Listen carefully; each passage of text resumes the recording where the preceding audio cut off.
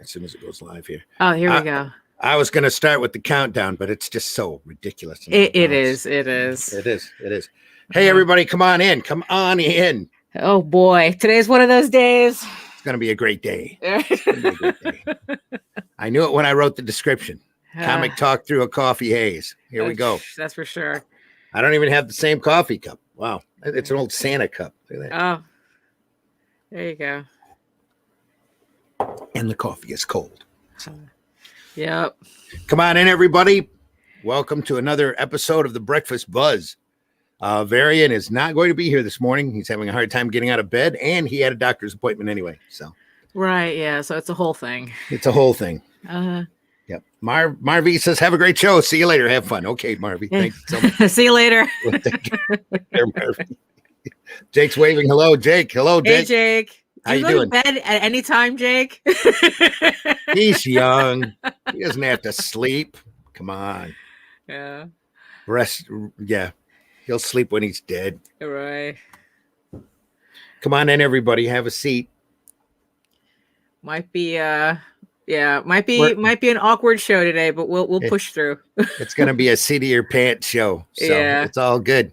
We don't have any guests lined up. We got campaigns we can talk about, but yeah, exactly.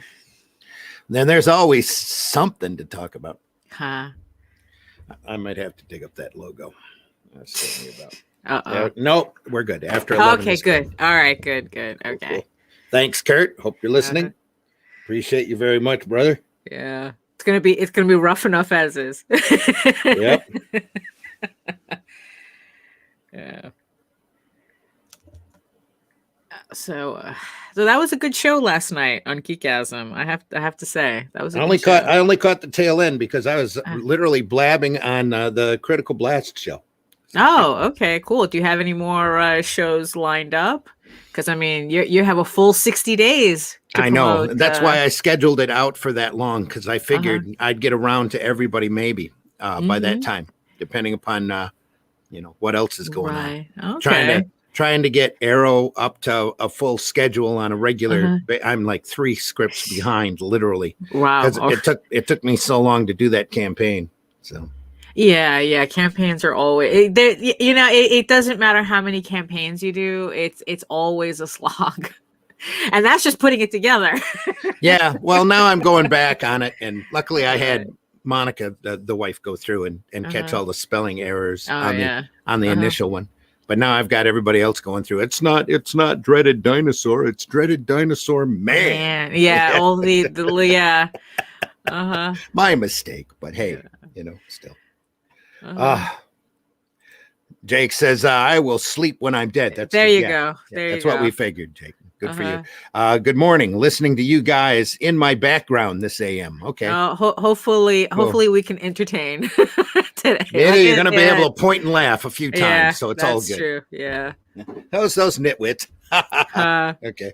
Anyway, Jake says, "Hasn't Varian gotten up from that Liberty money mattress?" No, it is so fluffy, that mattress, that it takes him a while in order for him to roll out. Yeah, and get up. So right, and then he has to take the treasure bath afterwards. And it's a whole thing. Load the bathtub with coins like Uncle Scrooge. Yeah, exactly. Yep. Jake says, "I do my part and do some of that promotion or promo legwork. Please do, Randy man." Okay. Yeah. I got a few slots lined and cut out for me. Okay. Oh, awesome, Jake. Thank you very much. Appreciate all the help we can get. We have 24 backers on our Indiegogo Indie Revolt campaign. One more, and Mark Darden gets his story added. There you go. Yeah. I mean, this is like a really thick book. I mean, I'm still surprised at how many pages you're running. It's gonna be nice. Yeah.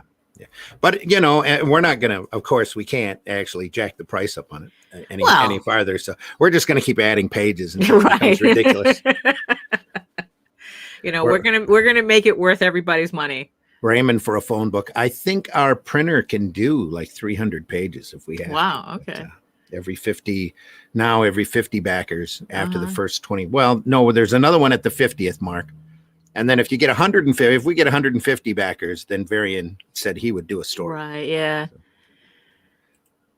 But I mean, still though, I mean, that's the fact that we're almost at goal with what 20 backers or something. That's Well, I set the goal low on purpose because I'm right. not interested in how much money it's going to generate. Yeah. And it's a print on demand book, so every book covers that cost. So it does, and our per unit cost doesn't go up either. So right. Yeah. It's not like we get a huge price break at 1,000 books or something. Right. Yeah. Like we used to, like with a large web press printer or anything like that.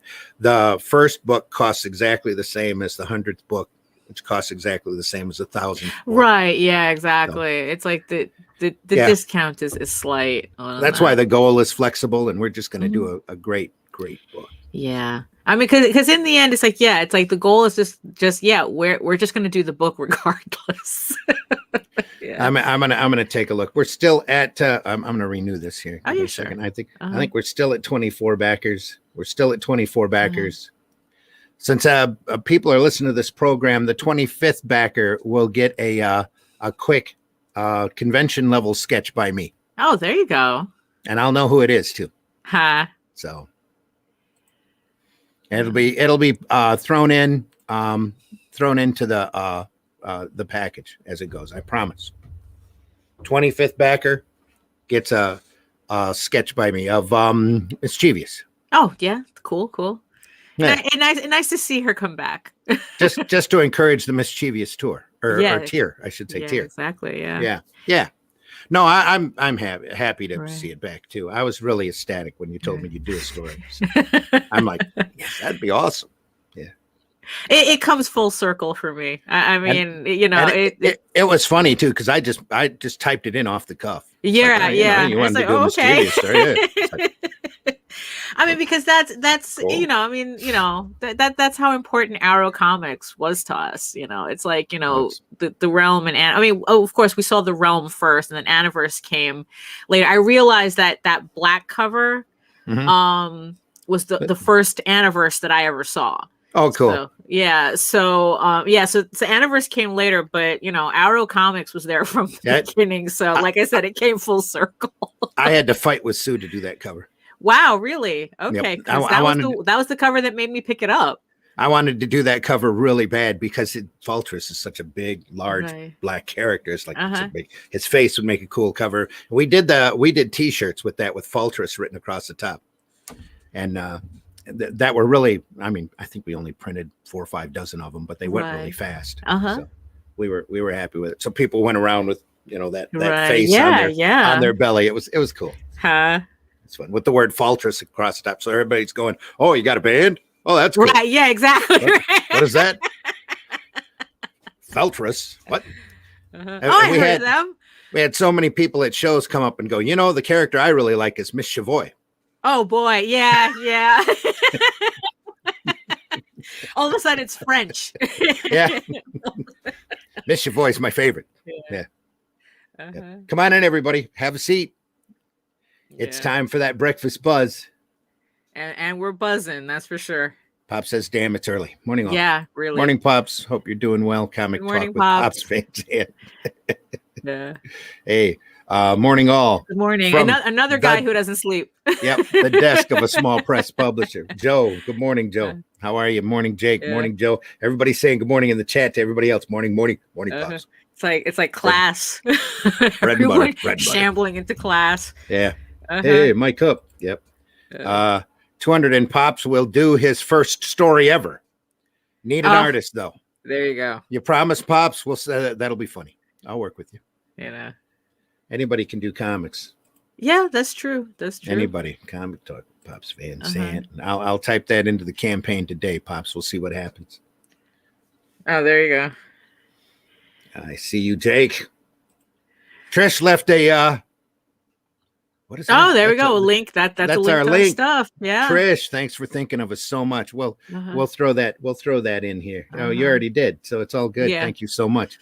25th backer gets a free sketch from me. There you go. And that, believe me, I haven't done a physical sketch since the convention stopped running. Wow. So it's been like over a year. That's I've been doing everything on the board. So, right. Oh, that's true. Yeah. It's not like I'm not drawing. It's just okay, because you had me worried there for a second. It's the old hand. Yeah, so no, for real. Sure. I'm gonna renew this and see what's happening. You're gonna just keep refreshing. No, I've been doing it. You do that with admit it. You did that with your campaign. Yeah, no, I did. Especially your first couple. You're sitting there going, "Come on." Yeah, come on, no, it was hard. It was hard to ignore it, you know. And you go, "Yay, one!" Yeah, exactly, right. Empyrean Vol in the house. Good morning, Indie Volters. Please excuse my tardiness. You're excused. All right. You're excused. Varian's not going to be here today. We're just winging it by the seat of our pants. Yeah, no, really. You're just going to hear us. This is going to be another babbling exercise, as Jake told me about my live streams. Is that what he said? Yeah, that I do babbling exercises. Throw me a link in the Twitter DM if you need to fill that dead air, Randy. Oh, Jake, I appreciate that offer. I might actually, Yeah, I think bring him in. Bring him in. We can all got a 9 to 5. Have to be up to earn money. Yeah. To do, but yeah, exactly. Joe is in Central Time Zone, so he hasn't left the house yet. He's still it's like when I had when I had the real job. Yeah, I had to wake up at like 5, 6 in the morning just to get comics done before I went to work. What Trish betting? Oh, is she 25? Bankson, 25, really? Oh, I got to renew. Refresh. Pop. Yes, 25. Thanks. There Trish. you go. So much, 25 backers. That's great. I'm sure Mark Darden sincerely thanks you because his story is now part of the revolt. So. There you go. And it's a good guano guy story. It's fun. So Jake Twister, yes, I got to jump over there, making the PDF. Awesome. Your contribution ID is number 29. Miss it by 4. No, you're 25th actually, Trish, because there were a couple numbers there that for some reason skipped. And there was one guy, and I'm not going to say who he is because apparently, according to Varian, he does this to a lot of the accounts. He popped in long enough to take his contribution away. I don't get that at all. Well, he either wanted to be on a mailing list or he wanted that hit that he had backed something, or I don't know. Right. Yeah. I'm not sure exactly what it was. He only ordered one book anyway. But Trish, you are number 25. I will have a sketch in your package along with everything else that's going to come. I'm hoping it'll all still fit in a Gemini mailer. So, right, yeah, because I'm adding comics and the book's getting thicker, and it might be a happy problem. We'll see. Yeah, we'll see that's true. Trish rocks, of course she does. Yes, thank you, Trish, very much. Deeply appreciate you. Trish says, "Woot." Cool. See where we're at. We are officially at. Oh, we're at 9:55. So. Oh, there you go. There we go. So we're less than. No, we're $5 over 50. So I can't do math. It's too early in the morning for math. We're almost at 1,000. Math is hard. Yeah, just for early real. in the morning. Just get to pledging. The worst telethon ever. No, I'm sorry. They hadn't caught up to the dollar amount. Trish, not only are you our 25th backer, but you just popped us into 4 figures. And, really? So there you go. Thank you so very much. Very much. Yep. So we're now a 4-figure account. Right. So. Why don't you pop it on the screen so we can share it with everybody? I can pop it in. Sure. Yeah. We can. Should have done it before. I still have to go over and send Jake a link here. Boom. There we go. Yeah. So here we go. So here's our baby. 1,000 even. Indie Volt Revolt. Yes. Yeah.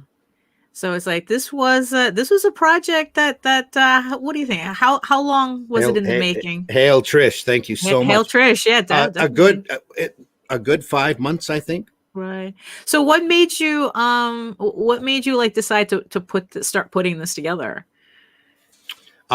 What happened is we were doing Indie Volt, and we had people from all over the place, a lot of folks that I've never seen work from that knew they were doing short stories or whatever, but we didn't know the quality of work, especially Jake. Jake's a good example. And I need to send him that link here. Right.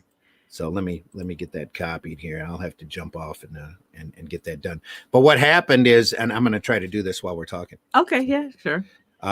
What happened was we were getting folks in from all over the place, all talking about their stories. And we were all wondering, well, what does everybody's artwork look like? And we had Jake on after one of the shows, and he popped some of his artwork up that he was working on, and it was amazing. We're sitting there going, holy crap, this is great, dude. You're really good. And so we, it would be cool to print him. And then it would be cool to print a book with all of us in it.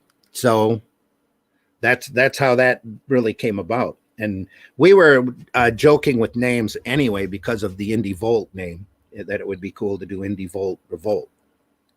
So we talked for months before I even started the room on Facebook about doing it. And then once we did, we started getting stories in. And then the reason that it stalled out, outside of the fact that I was really busy, and have been off and on with commercial jobs, is there was another anthology that started up, and I started reading, doing more research, and finding out anthologies don't sell that well, and, really? and Kickstarters have problems, and there's so many anthologies on the market, and blah blah blah. And finally, after a while, I just said, you know what, this isn't just an anthology book, it's really a sequential art collection. Everybody here is turning in such great stories, there's no way I'm not gonna print it. Live from Norway, Mr. Jake. Hi there, people. Oh fuck, I feel flattered now just by hearing you just regaling this, man. And with that F-bomb, I need to remind everybody we are TVMA DLSV. Yes, exactly. The views and opinions on this program may not necessarily reflect that of our sponsors or our other guests, so viewer discretion is advised. Right. Yeah. The only thing you need to know about our sponsors is that if you go to the Indie Volt page, Dick Blick link at the bottom with free shipping. Come on, guys. You need those art supplies. And they don't mind that we use TVMA language. They just want us to let everybody know that we are TVMA DLSV. Right. Yes. We might hear some some words that might be too sensitive for young ears. Right. Yeah. Just because it's the morning show doesn't mean we're ready for the morning. It's not morning where Jake is. Yeah. Right. Yeah. It's not been morning for me the past, I don't know, 17 hours. Yeah. Wow, we're going on 18 hours. Yeah. Wow. Yeah. I woke up at like 8 p.m. That's when I woke up. Yeah. What is it? 3:20 in the afternoon where you are? No, 2:21. 2:21. Right. Oh, Norway. He's ready to get his drink on. Norway doesn't have daylight savings time. Oh, not yet. Ours was kicking in like late March. Wow, you have that too. Okay. Mm-hmm. I just thought you were sane. Yeah, I know. I think we've actually talked about this problem too, about the daylight savings time, in that it's also a conflict of the time zones that we want to like have written off because it really doesn't help having to. It doesn't matter really, anyways. It's still going to be dark. It's still going to be lit. Depending on how north you are in Norway, right? You get full days of darkness anyway, right? Because right now during the summer I'll be having the summer sun around like at least 22 hours. Wow. Oh, there you go. I'll see it dip down by the horizon, by the mountains. But anyway, in the summers it's impossible to escape the sun. It got to be covered in like a dark room that I got. Thanks. Right. Yeah. I mean, because for someone like me, it's like I probably would I'm like a plant in a corner. I could probably work with that much sun, but I mean, when like JD, he has he works late, so he sleeps late, so it's like we would have to have like a completely black room. But at the opposite spectrum, I got like SAD. Seasonal affective disorder or seasonal affective depression. So I'm just considering starting light therapy and doing the winters now. There you go. Yeah. But I bet that's pretty common where you are. Yeah. Yeah. That's enough to screw up your personal clock. Real well. That circadian rhythm is serious business. Well, what's that? What is this fabled circadian? Right. Yeah, I know, right? From the planet from the planet Cicadia. Yeah. I want to extend a thank you to the 25 backers for the Indie Vote for Volt. It means a lot to me personally too. I've been told to refresh it again. So yeah, he's gonna keep refreshing. He's refreshing every 12 seconds. Oh yeah. We now have 26 backers. Oh, there you go. There you go. We are 87% close to the goal. But not that you know. Right. I made it low on purpose. Right. Yeah. I mean, because that's the thing that that I was talking about with my Kickstarter. That it's like I prefer to have a low goal and just get that out of the way. Yeah. You know, I mean, it's getting printed anyway, so it's not like anything is hinging on having to make a certain amount of money. So I'd rather everybody just have their books. They do ask you for a goal, though. So yeah. It's like, here we go. What's most important to me are the backers, and that's why we have stretch goals at the backer points. Mm-hmm. So. Definitely. Yeah. So talk about So you had mentioned the mischievous level. So for our fabulous supportive audience, so what are the levels that are available?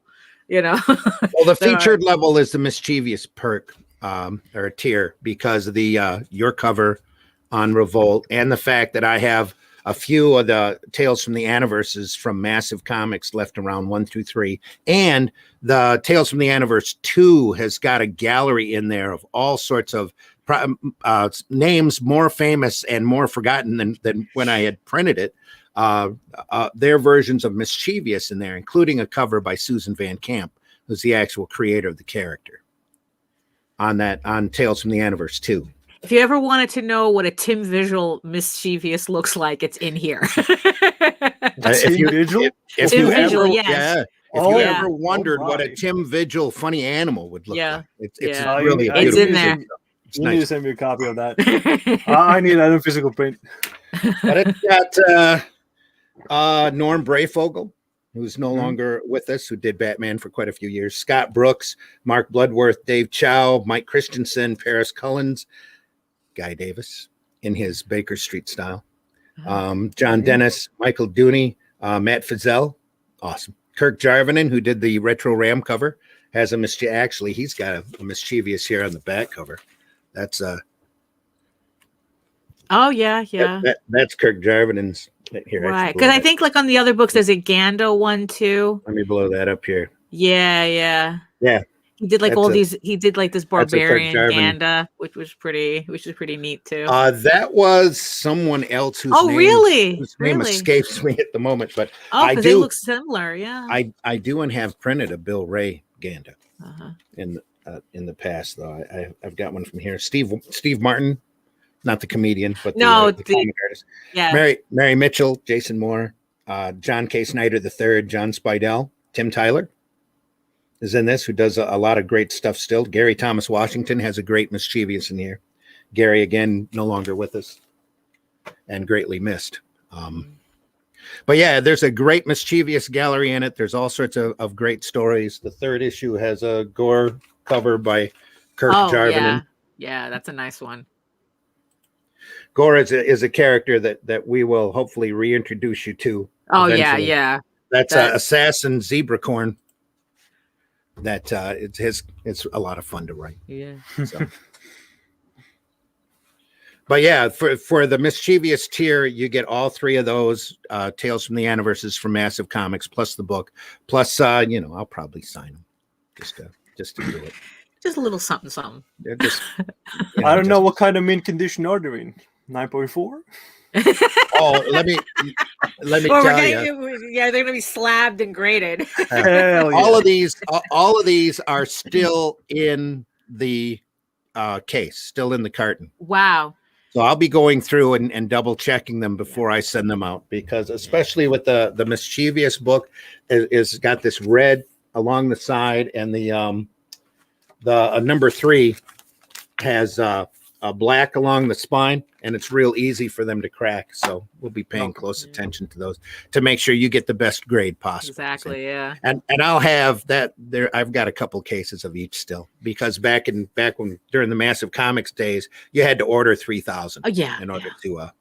In order to get any kind of price break on them. So we made money off of it, but it left us with a lot of extra copies of the book. Yeah, that was that was the reality of printing back then. Yeah. Then we have a worldwide PDF that we're offering, an electronic file, just so folks don't have to pay for postage. If you want it worldwide, we'll have to, outside of the North American continent, we're going to have to talk about shipping, because the shipping rates are getting crazy and going crazier. Right. And also there's this weird thing with the UK. So you're going to have to look into that too. Yeah. I had to stop shipping. Yeah. I had to stop shipping to the UK because of it. So, but hopefully it's temporary. And I discovered that's not our fault, which I was kind of surprised at. It's something that we're not doing here in the States. It's something that they're doing over there in Great Britain. Just like, wow, because of Brexit or whatever. Yeah, it has to do with the VAT taxes, and it was just a nightmare trying to figure it out. So it's like, PDFs for everybody. Yeah. Well, it's just so much easier to send a file across the email or to give them an address in a cloud than to have to deal with postage and hope that it gets there, on and on. But we're going to throw a little bit extra in the PDF file, so you'll get a little more than what everybody buying physical copies would get as far as content goes. Yeah. Because screw the fish and chip tax. No, it's something. I got a question though. I was looking through the promo videos of this campaign, and I just realized that my files were oddly displayed for some reason. And I was thinking of what do you mean, oddly displayed? Yeah, like it seemed like the halftones didn't properly show. So I was worried if the thing is differing from like the print version versus the digital resolutions, because I'm worried that I'm sending the files at the wrong opacities and the wrong tonings and stuff. I am pretty sure you're okay, and that the difference is the transferring them from the file to the computer screen. Okay. Right. But I will print them out before I send them to make sure there's no bizarre moire patterns, because I've been caught with that in the past. Because that moire is seriously just freaking me out right now. Because also it might be the way it's looking in the video, like, you know, because first you're putting it in a video, and then that video is being compressed by Indiegogo. Exactly. So it might just be that. Not only that, but if it's one of the sliding panels, you're also moving, which is changing your dots as you move along the computer screen. Yeah. So you might end up with weird moire patterns as it floats across. On my screen here, it looks fine. Okay. On the print file, it looks good. Everything's dots and everything's great. So. Because I was just slogging along with a deadline for another comic on the 9-month anthology. Check that out. It's going to come out soon. Imperium Bowl, get on that already with the binding. And I was just working through the halftone process of it, and I started to wonder, damn, am I doing this right? So I just tabbed like the correct volume and quality and all that stuff, and then I suddenly freaked out. No, I sent the wrong files. Oh yeah, no, I'm having an issue like that with my printer too right now with some books, and it's like I'm going back and forth with files, and that's the not fun process of the whole thing. Well, back when I was doing the newspaper, we printed. Josh Harris and I had a story in there, a comic story that we printed, and all of the gray tones turned out to be this really weird disco. Some of them were blocked out, and some of them were weird moire patterns. And I've seen those. They're kind of spacey. I'll admit. It works great if you had like a psychedelic story, but this wasn't a psychedelic story though. Everything looked like the downside. You were looking at it through a mirror ball. All of the grays were all blocked off, and Josh figured out what happened with it and corrected corrected it for later printings, but you know, when you're printing 10,000 of a paper and it looks kind of right on your computer screen and you get it physically and you go, wow, what the heck happened here? And it was really distracting. It was hard to read the story because of all of the bizarro dot patterns that went through. Yeah, it's like those hippie bleach t-shirts. Yeah, really. All right, I'm going to reload this and we'll run the 1 minute video here. Oh. I'll make sure I've got the sound. Yeah, because you have a lot of tiers, so you know we should go through them so everyone knows. Well, there's 2 cover sets. The book is a flip book. I first started out doing a video that ran 4 minutes, and Russ got a hold of me and said that 4-minute video is way too long. Right? Yeah, I was a little concerned about that too. But... You need to cut that down. And I'm like, well, you know how I like to talk. 4 minutes for me was a short video. Well, you know what you can do? You can put it in the body of the campaign so that people can watch the full version at their leisure. Yeah, the full version is the color logo here along the bottom of the main window. If you hit that one, that's the 4-minute video. Oh, okay, there you go. But the first one there is the 1 minute one. Yeah. The quick introduction, and we will run that right now. Hit it. Over 110 great pages of black and white comics, over 15 complete stories performed by over 24 creators, all contributors or listeners to the Indie podcast. A square-bound graphic novel-sized book wrapped around 2 different front covers. This is a flip book with 2 different cover set options for you to choose from. All performed by a wide variety of talent from a wide variety of countries, all wanting to show you their potential and the power of what alternative and independent comics can have. And that's just the start. Stretch goals will add more stories to this book, making it literally as big as the backers can possibly make it, and heralding the return of Arrow Comics back to regular publishing greatness. This is not the time for alternative and independent comics to stand still. This is time to revolt. This is Indie Volt Revolt. Get yours today. How's that for? Really? Yeah. Like rum.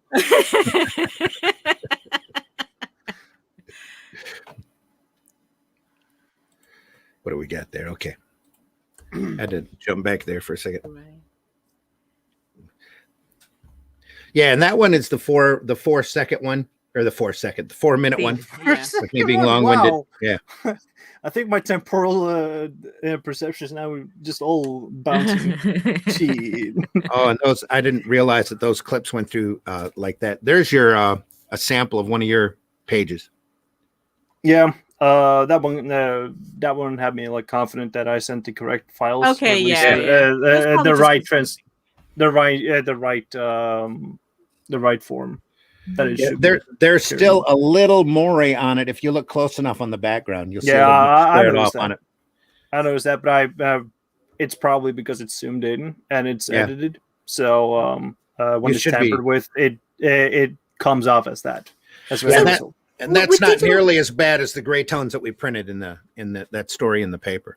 So, I mean, is that like an issue for digital printing though? Like having to worry about moire because like I haven't like tried like gray tone like this on in digital. So, I mean, is that still an issue? I mean, I know probably for WebPress it is, but I'm inexperienced in this all. Yeah. So I've never had like the collected experience for either print or digital distribution. I think the big solution to that is to make sure your files are flattened before you save them. Okay. If you're dealing on multi-layers, you have that tendency or the possibility of the dots not quite lining up on the different layers. Oops. Yeah. I didn't flatten. Yeah, always send flatten files. Always flatten, before you save. Flatten. Empyrean, stop the presses. I need flatten. Because also that's good for your fonts too. So it's like you don't have your fonts acting up. So if you just flatten it, you know. That's the same technique that I realized when you're doing color digitally. You want to make your lettering file separate and make it just 100K instead of 100C, 100M, 100Y, and 100K. It should be 000 100. Right. I mean, what's funny is that because it's like I think that what I noticed was that when I did Ego Raven, my lettering printed kind of like not full black. But the funny thing is that I didn't mind it because I thought it was a lot more soothing on my eyes, you know, to kind of be like that off black. So yeah, you know, so your mileage will vary with that. Yeah. Well, everybody's got their preferences. So. Yeah. We offer 2 different cover sets. First cover set is Russ and Daphne. The second set is Chris Skelf and Kirk Jarvinen. Kirk doing Retro Ram along with Jason Moore and Chris Hall. And Chris doing Jetpack Girl there. Who we're talking maybe might be somebody here that pops up an Arrow later. Oh. So that's from an idea that kind of from an idea that Chris and I were working on for a while. So then Hatch, of course, the different quick descriptions. There we go. There's a little bit more Jake for you. Yeah. It's an awesome. I don't know. The description kind of comes a little bit short, but I can live with that. Hey, I was winging it. Come on. It's straight to the point. You know, it's like, you know, we're trying to keep, you know, we got to keep it snappy and moving, you know. Well, yeah, also, originally, I didn't have any illustrations in the description. And Eric Hodgson and Varian said, hey, you need to throw more artwork in there in the description. Yeah. And don't expect people to jump up and see your just watch your video. Because in the video, I slide a whole lot of artwork by in the 4-minute one. I mean, yeah, a picture speaks more than 1,000 yada, yada, yada. Yeah, exactly. But you know what's funny is that on Kickstarter, well, because like my experience on Kickstarter is that most people don't watch the video, but they want the option to watch a video. It's exactly weird like that. Yeah. Yeah. Let's recycle it again and see. Boom. Same. 26 backers. That the 26 backer is Professor Lutkins. Thank you so much, Trico. Deeply appreciate you buying in here. Anyway, folks, that's Indie Volt Revolt. If you get a chance, it's over on Indiegogo now. There is a flexible goal. The book will be printed if we hit it or not. We're going to print a little bit over orders, and then after that, never again.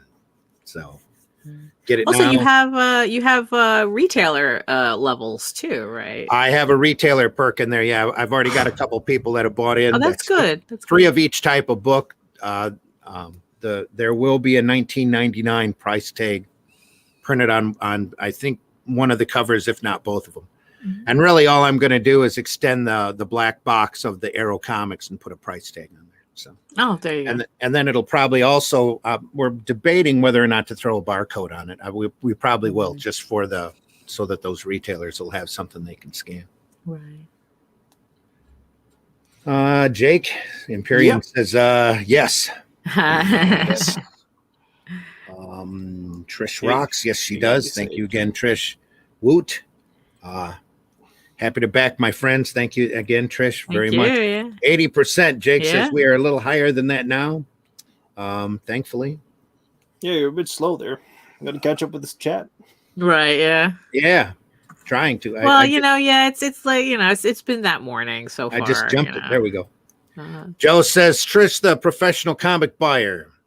If you want to know what's the trend, ask her. Yeah, if you want to know what's the trend. Tricos is just backed. Sorry for the delay. Crazy swamp this week.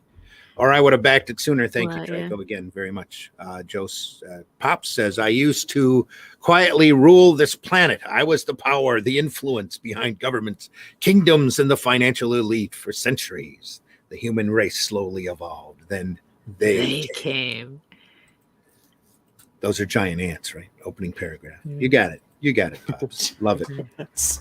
Poncho. You never saw the movie They?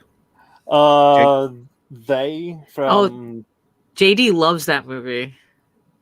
Wait, those are the giant ants from like 1950 something? Yeah. Yeah. No, I haven't had a great misfortune to sit through. Come on, you're still young. Yeah. I mean, I have yet to see Tarantula and all these, or like the original Blob and all that stuff. So I've seen the remake of the Blob. I like that one because it's trashy as shit. Yeah, I can't. Matt Dillon, if I'm not mistaken. But one that I should really get into, like have like a drunk night with, is watching Night of the Lupus, because I really like the concept. Oh, to the killer rabbits or something. Yeah, that's the one in the mine shaft. Netflix had a movie on for a while. I think it was called Tread, about a giant killer tire, or about a killer tire. Yeah. Like the tire was psychic. It was just like someone just went completely crazy nuts on that one. Yeah. It's a psychic tire. Back when cable first kicked in, and MTV was back in the 80s when MTV was starting up. One of the first early movie channels was called Spotlight. And Spotlight every Thanksgiving would have a Turkey Day festival where all they showed were turkey movies. Right. I got to see the schlockiest stuff that they could find. Attack the Killer Tomatoes, and just all on that level. Just all the cult stuff. Yeah. Gobble, motherfucker. Yeah, pretty much. Yeah. What great stuff. That was a great channel there for a while. They used to do little film festivals and everything. It was a lot of fun. Oh no, it wasn't them. Was it them? Them. Other movie called them. You're hearing them from off. That's more familiar. Them. Because when I hear they, I think They Live. Right. Yeah. That's a whole different level of great movie. Yeah, exactly. Yeah. Little Cronenberg action there. Oh, Carpenter, John Carpenter. Oh, that's Carpenter. Okay, I'm thinking of Videodrome, I think. That's a whole different. That's Cronenberg. Yeah, that's Cronenberg. It's a good piece of satire, though. Yeah. I found a German copy that was in like embossed TV glitter. It's like it was a crazy collection box from Germany, down at the secondhand bookstore. It looks like it was like TV static, but with foil on it, and I was like so compelled to buy it because it looks so awesome. It just looks like a television set and all that, and it's just like, ooh, this is like crow silver for me, so I need to get it. The great video covers. Those were the days.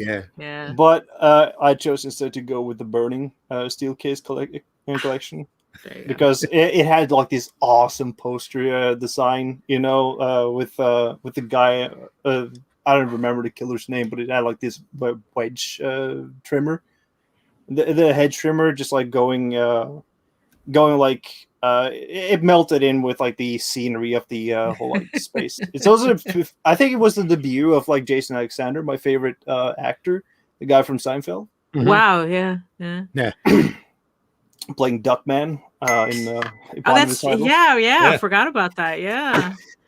Breasts. He's been around. Yeah. Oh, that is a note from not Varian. Again, Trico, thank you so much for buying in. Deeply appreciate you. Really do. So. And again, there's the in the chat. There's the link once again. Yep. Mm-hmm. Oh, let's see. Wow. So how many stories are in this book? Pancho says the art looks amazing. Thank you so much. Thank you. Pancho, deeply. I'm very proud of this book. It's a great collection. I might have already read that. Because it's like, wow, it's like there's a lot more stories in here than I thought. Well, we put out the call, and we got a lot of people coming at us. Since I started the campaign, even I've had 2 offers for covers, which is like, I already got the campaign. Yeah. I really don't want to offer more than 2 versions of the book. And I made it a flip book already because, when Russ's art came in and then your art came in and you just did it for fun. I was just goofing around. Yeah. And I'm like, that's a really nice piece of work. And it's like, oh, well, I was talking to Chris. I was going to flop that with Russ's and Chris's. And then the Retro Ram story kicked in. And then Jason got a hold of me and said, hey, Kirk Jarvinen wants to do a Retro Ram cover. And it's been a long time since Kirk did anything that was printed. And I'm like, oh, yeah, okay. Yep, got to do it. So I didn't want to offer more than 2 versions of the book, so we flipped it with 4 covers. So. Half in, and right now it'll be 60 pages in on one side, 60 pages at least in on the other side. So it's going to be like you're getting 2 books stuck together. Yeah, for $20. For $20, yeah. You know, that's a goddamn manga book if I ever heard of. Right? Yeah, exactly. And it's just filled with short stories, so it's just all just bang for the buck, really. Yeah. I mean, I will, Trish, for you. Average. Trish, for you, I'd be honored. I will happily sign those for you. Trish wants her stuff signed. So I didn't offer that as any part of a tier. I think on the mischievous tier, I offered to sign all of the anniversaries because I've had them, here for so long. And I put everything together on that book 20 years, 25 years ago. Yeah, I'd be happy. I don't want to knock anybody's book out of mint just to put my signature on it unless they ask. So Empyrean, it's in progress. It's too late. There's the link again. Empyrean Vol good. Oh, that's you, Jake. Heck. This is trying to be helpful. How often should I do mic drops in the feed? There we go. I love you, Trish, very much. Thank you so much. We're here to talk about everybody's book, though, and everybody's work in it, and deeply appreciate you thinking of us. Do. Joe says the add-ons. The add-ons what sold me for this campaign. So, really. so what are the add-ons? There's only one add-on on the campaign. So I sold it for him, so it must be important. Again, I didn't want to overload people, but I have one add-on as you're going out the door. The add-on is help clean out Randy's basement. Yes. And we're offering 5 different books that I've worked on over the years that I've got a ton of back here back behind the sheet there, that I've got a long boxes filled with stuff from the different publishers that I've worked for. So it'll be 5 random books, and I don't promise you from what company, because we're already given at least 1, if not 2 books from Arrow into the package. So you might get Antarctic Press, you might get Caliber, you might get CFD. That's Cry for Dawn. I did a lot of ink work for them, and we did a Spank the Monkey, Shock and Spank the Monkey Boy special #1 through them that I think I still have a case of back here. So it'll all be good, and they've been sitting here for long enough. And as you go out, it says make Zimm's wife happy. Right. That books are leaving his basement. Yeah. And when I told her about the tears, she says, "Oh, you should have put on there, make me happy." And yeah, I said, exactly. Yeah, that's that. Unfortunately, that's the reality of being a self-publisher. Well, from back in the day, like nowadays it's not that bad because it's all print on demand. But back then, it's like you were building furniture out of the boxes. And I know a couple of artists that did that. Yeah. You put the case because they're nice cubes. You set them up just right. You can have a chair. Yeah, because it's like I remember when we got our first book back then in '92, and it was just we built another one. We built a sectional. we literally had there was so many boxes. We had 5 friends come over, and we had to do a chain to get all because they would only drop ship it outside, and JD lived in an apartment building at the time. We had to so we were just running up and down with these boxes, and it was just and oddly enough, those were the good old days. Yeah, oddly, I remember moving into this house and having to get the father-in-law's pickup truck over. We made quite a few trips from my old garage to hauling all these boxes down into the basement. So they were on about 4 pallets of stuff, back stuff. I mean, not for nothing. I mean, those now it's like we can't even find our own copies of those books. It's like they're all long gone now, which is the amazing thing to think about, how many books we sold. Well, there's a lot of books I don't have, but there's a lot of books I have a lot of. Yeah, is what it is. Here's something to contemplate about. In about 1,000 years or so, they'll be probably digging up cartoonists and artists' bones and stuff, and start to analyze them, and then they'll notice like these like little cracks and stuff because they got like that bone technology right now that they can scan and pinpoint exactly what happened during that lifetime, during that year and that and that date. Where they carried long boxes of full comics. Yeah, no, for real. We all have scares me to think about that. I was like, it leans up to like two of my biggest fears. One, leaving debt, and two, leaving my relatives full of fucking comics everywhere. Oh wow. Yeah. And I got like I've said before, I know I've got a dent right there on my finger where the ink pen would sit. Where the brush I think I have variations of that too. They're right next to a callus. Yeah. So when they go to look at the skeletal remains, the very tip of my finger will have a slight dent. And I don't know and that dowager bump we got all got in the back. Oh yeah, definitely. I mean, we're going to be like funny study subjects in the near future. The 3 generations of comics artists. Yeah, exactly. They got to like line up in a fucking be like rack. those mummified bodies they find in the bog. Oh, except we're all going to be in the same position too, because that's how we draw, right? Hunched over the boards, what it is. Oh yeah, hunched over the boards, like progress. Like you got the Wacom generation hunched over by Wacom. Exactly. Like the black and inkers, and then the bullpen types and all that shit. Damn. Yeah. I can't wait. We found him with a stylus still in his hand. Yeah. It's gonna be like the evolutionary chain, except we just all have different arcs in our humps. Depending on how we were sitting. Oh, that is the measurement. It's called the artist alley measure. Yeah. Trish wants to know if she can hire me for voiceover work. Just get a hold of me, Trish. Yeah. There's I did some voiceover for the Lure graphic novel coming up too. Oh, there you go. I love doing it. I used to do used to be part of a radio drama team that I missed deeply, where we would read a lot of scripts cold of different radio programs and record them and put on the Tom Sumner program. That's what it's called. I've been meaning to get a hold of Tom. I haven't talked to him in probably over a year, just to see how he's doing and to see if we can get some of those old radio programs over on Indie Volt Radio, because they were a lot of fun to do.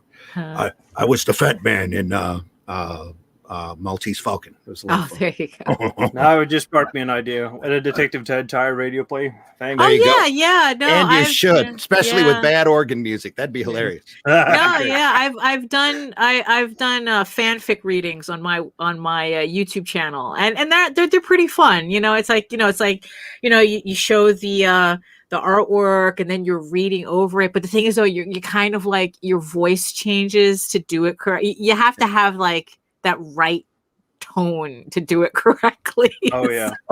We can always do our old Gary Owens impersonation. Right, exactly. Hey everybody, it's time for another adventure of Ted Tire Detective. Yeah.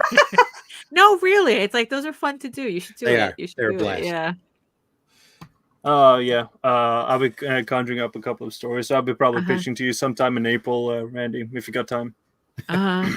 I picture Randy in his General Zimm persona in a short video. I could do that. Exactly. Yeah, it is an issue. You have to use the screen tone at the proper scale too. Yeah, that's why I kind of stay away from it, because it's too much thinking for me. Just use art. I do art. I can't do math. Yeah, exactly.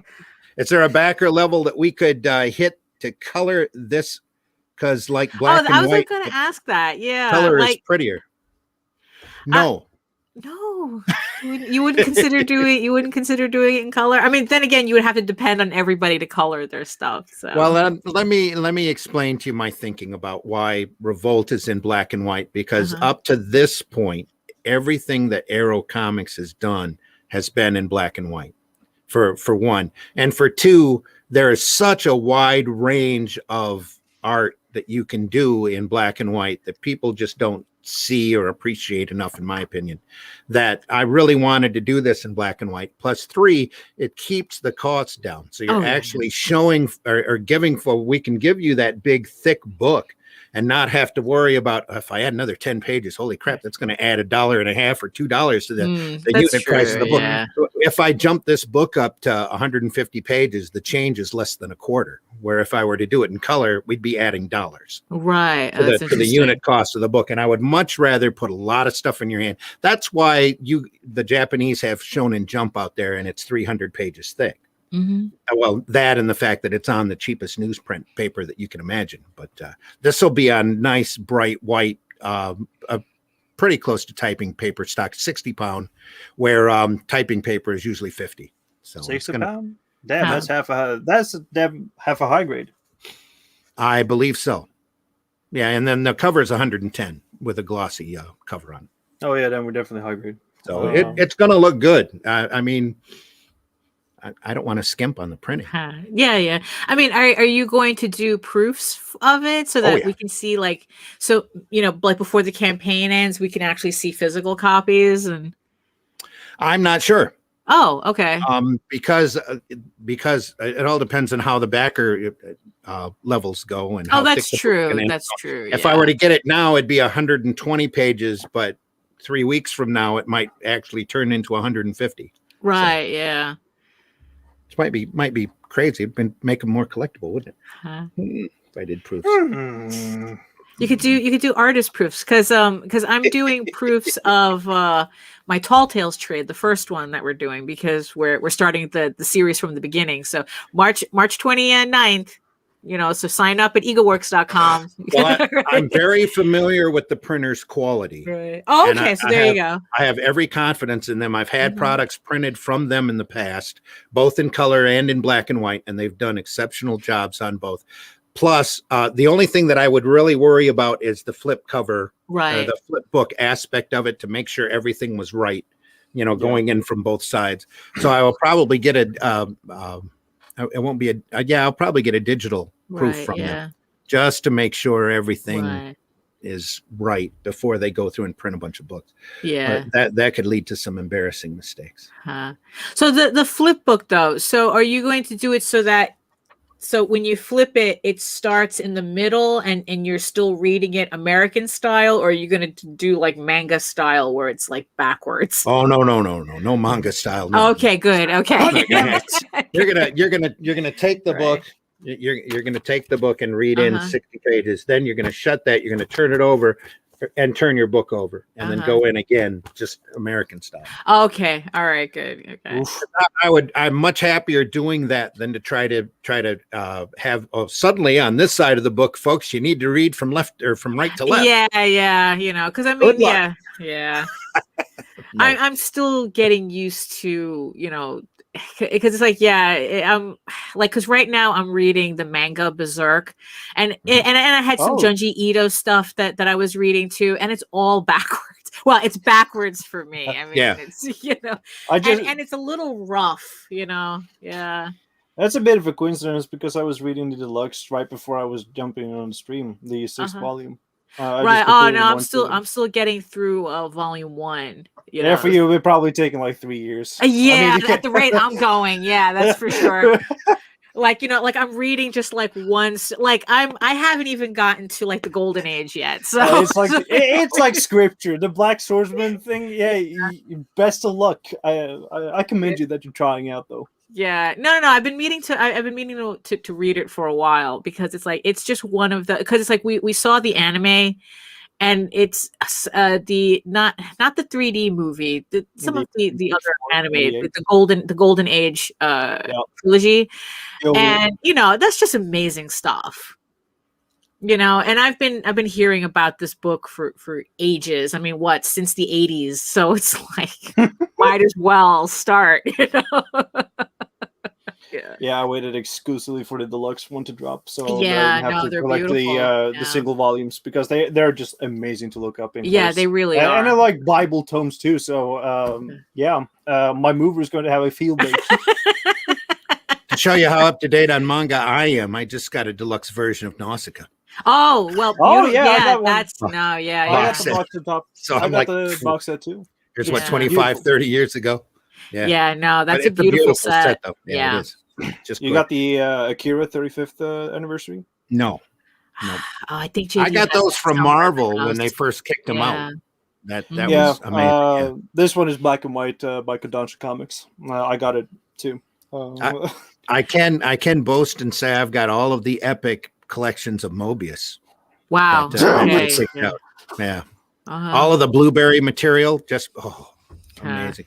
And I think IDW might have just gotten around to reprinting that Chihuahua Pearl story, but it's just gorgeous. It's phenomenal. Yeah. I mean, yeah. That's all. Yeah, that's the stuff we're catching. I'm trying to catch up on. You know. and Varian says, "Breathe easy." I flattened your stuff, Jake. Oh, there you go. There you go. Yeah. Oh, and you said, "Bless you." So you already seen it. We're all looking out for each other. So I have a distiller script that flattens everything. It's part of the pre-flight. process. Yeah. That's what I need to do. Yeah. Morning, Russ. Good morning. How are you? Morning, Russ. Morning, Russ. Now everybody says good morning, Russ. Yeah. Only Russ can save us. Yes. Yeah. They was giant ants. Them was Van Morrison. Okay. Oh, okay. Supernatural things is what is hot this year. It's always hot. Yeah. Werewolves, vampires, and witches. That's the stuff. Yeah. The bang. Lots of werewolf books coming out. I couldn't be happier.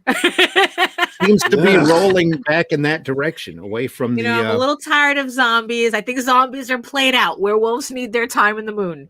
Oh, not again. I hate furries. Furries are raging back. That's crazy. Yiff in hell. How much furry material is coming out. So yeah. Just in time for me to collect all of the Aniverse stuff into one. Yeah, great no, big really. That's a book that I've been waiting for since the 80s. Well, see, no, Tales from the Aniverse. I put that up, that the whole idea after Massive, and then for Arrow, we had a couple of issues of Tales from the Aniverse that were done in kind of a manga style that I wasn't particularly pleased with at all. So I had looked to bring that back. I got really close to a DreamWorks movie deal, right, with Mischievous. That would have been just sweet. In fact, I showed the treatment to Sue, and she was ecstatic over it. That we got really close to pitching, but the director couldn't wrap his head around the project, is what my agent told me. But anyway. Furries. Furries were confusing to people. Kind of stalled me on Hollywood for quite a bit. That and I got really close to having a War of the Worlds, a miniseries on television. And then which year was this? Oh, I don't remember. It was so long. I had put that up too because of 9/11, and I didn't think there'd be any interest in it. And then suddenly there was great interest in it. And Gary Reed at Caliber was shipping it around, and it was making circles. He called me up one day and says, "I don't want you to get excited, but we're in the last stages, I think, of the contract. There's a couple of dots on the I's and a couple crossing T's, and it was going to start at NBC, and this was back when NBC was doing 5-hour miniseries, 3 hours on Sunday and 2 hours on Monday. And the book was 5 issues long, and he said the producers that are looking at the project say the book is perfect for their needs because it's 5 issues long. They have 5 hours. They want to break it up into 5 hours, and each book was structured. The way it was written is the story is kind of on a curve where there's a good cliffhanger at the end of every issue, except for at the end, there's an ending. But they said that it broke down perfectly. They were really excited about it because all they'd have to do is turn it over to a script writer, and it was going to be adapted faithfully. And he said, but I don't want you to get your hopes up because whenever that happens, but he goes, I think we're on the final round and we're about to I'm about to get a contract that I'll have you read and sign. And then NBC changed their executives up there. Yeah, that'll do it. It was going to go through NBC, then go through TNT 6 months later.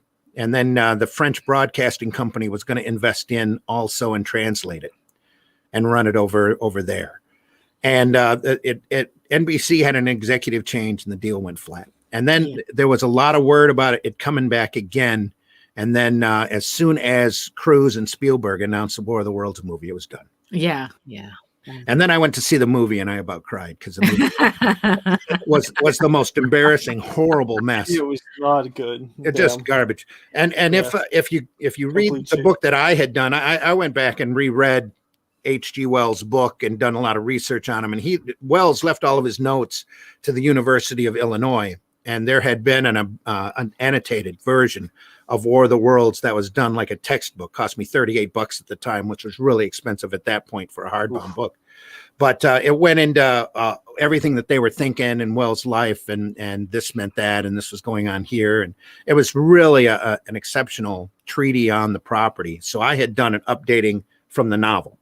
100 years later, the Martians start dropping cylinders again, and they figured out how to beat their bacterial problem.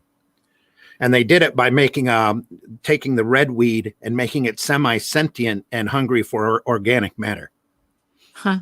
And then it was terraforming the atmosphere so that the Martians could breathe it. Oh, okay. That was the hook. That was the one thing that I was constantly going, if you use that, I'll sue you. Well, yeah, exactly. Yeah. But it was cool because you had Martians, you had tripods, you had the black smoke, you had people running from that, but you also had the red weed running around trying to eat people. Huh.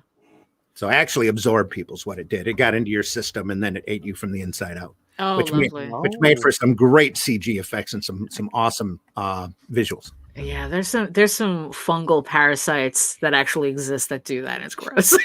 yeah, like those brain eating types. Yeah, exactly. That inspired Last of Us. Definitely some spooky shit. Empyrean says there's add-ons. There's one as you're going out the door. Yeah, it's the clean out Randy's basement and make his wife happy. I didn't want to overload. I just want to sell good comics. That's all. That's why it's where I was picking on Anthony for his Justice City Chronicles book, because he sells a bookmark, 2 trading cards, 3 posters. And oh, forget it. It's like the T-shirt. The campaign that I'm doing for Eager Raven #2 is like that. I have like add-ons on add-ons. I figure I finally got the option, so I might as well take advantage of it. Wait a second, Daphne. Are you telling me that you're selling DLC? What? Add-ons on add-ons. Whatever sells a book. Oh yeah, there you go. Thank you, Joe, very much.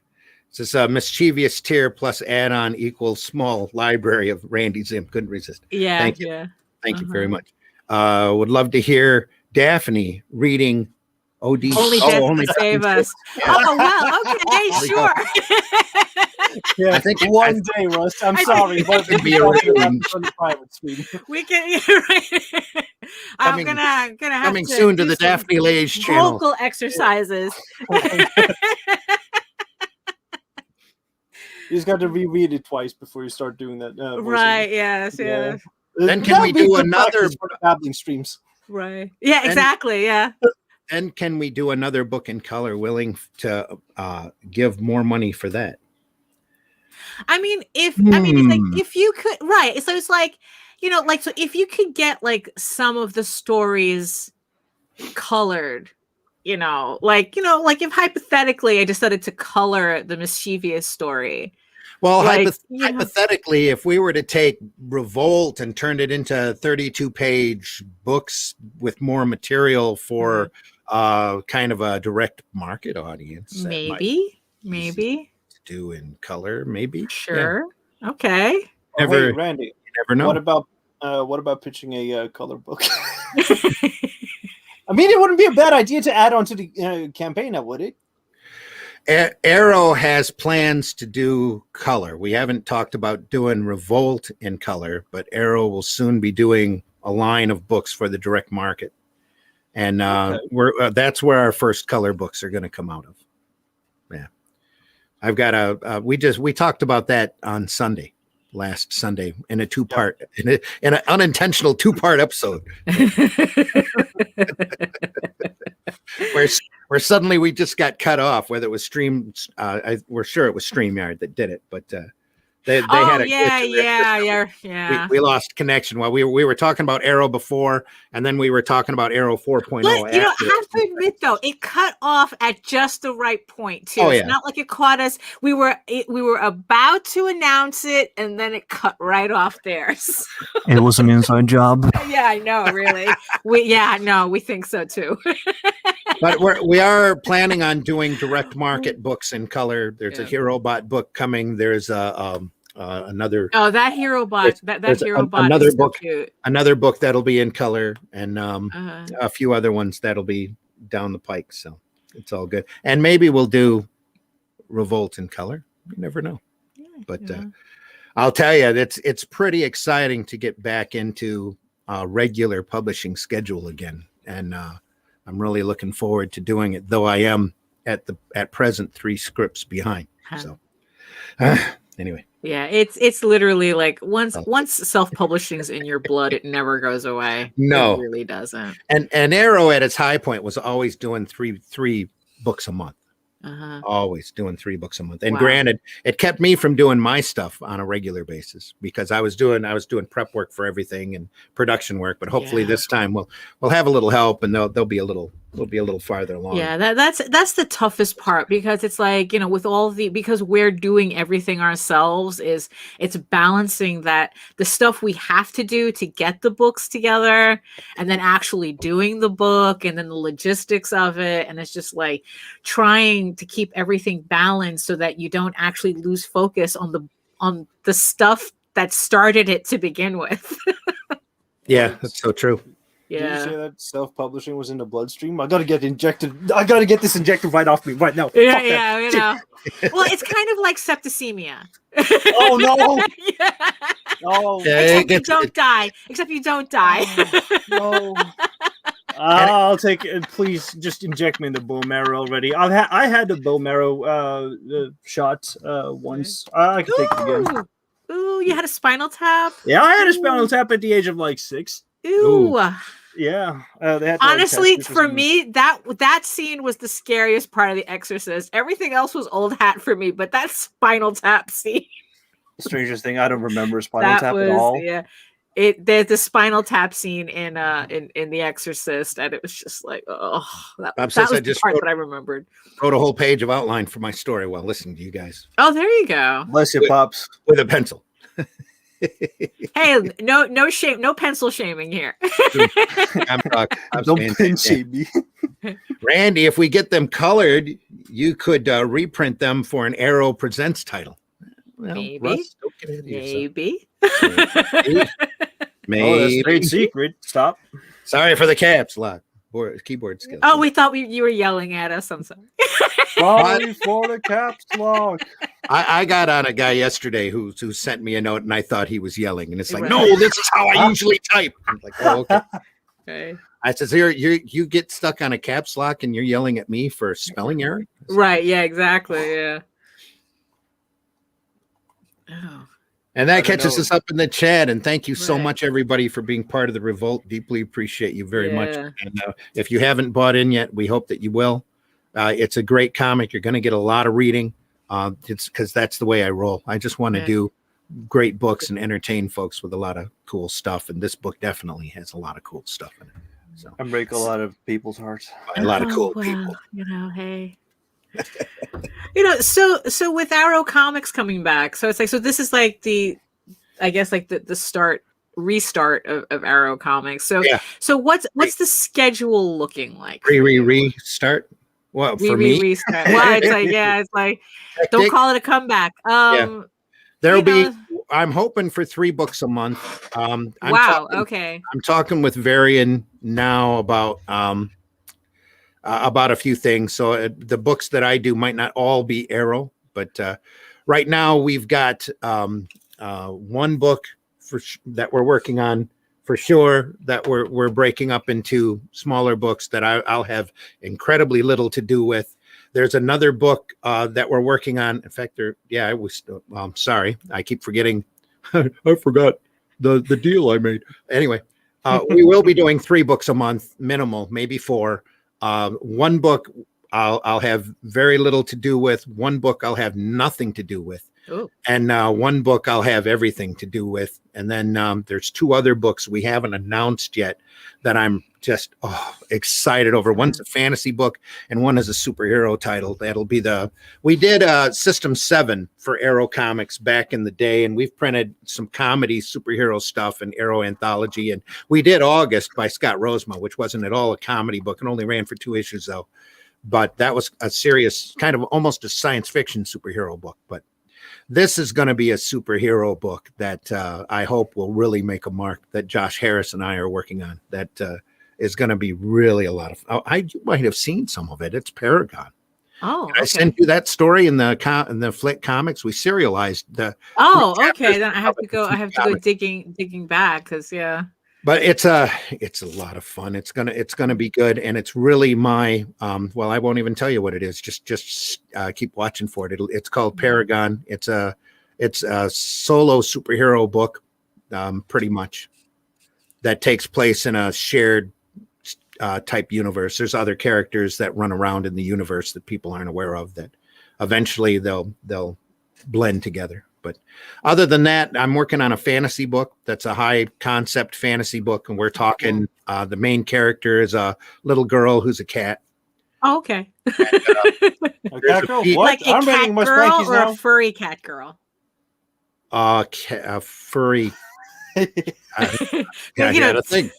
So is it like an anime cat girl or is it like a furry cat girl? It's a furry cat. There you go. It's a furry cat girl. It'll make for a great animated cartoon. There's a female centaur warrior in it, and if anybody knows, if anybody's familiar with my work that I've done in the past, there's a little trader elf type character that goes around and swaps for different items called Lindy Jacks that I like to do, and he'll be a regular character in that book as well. Cool.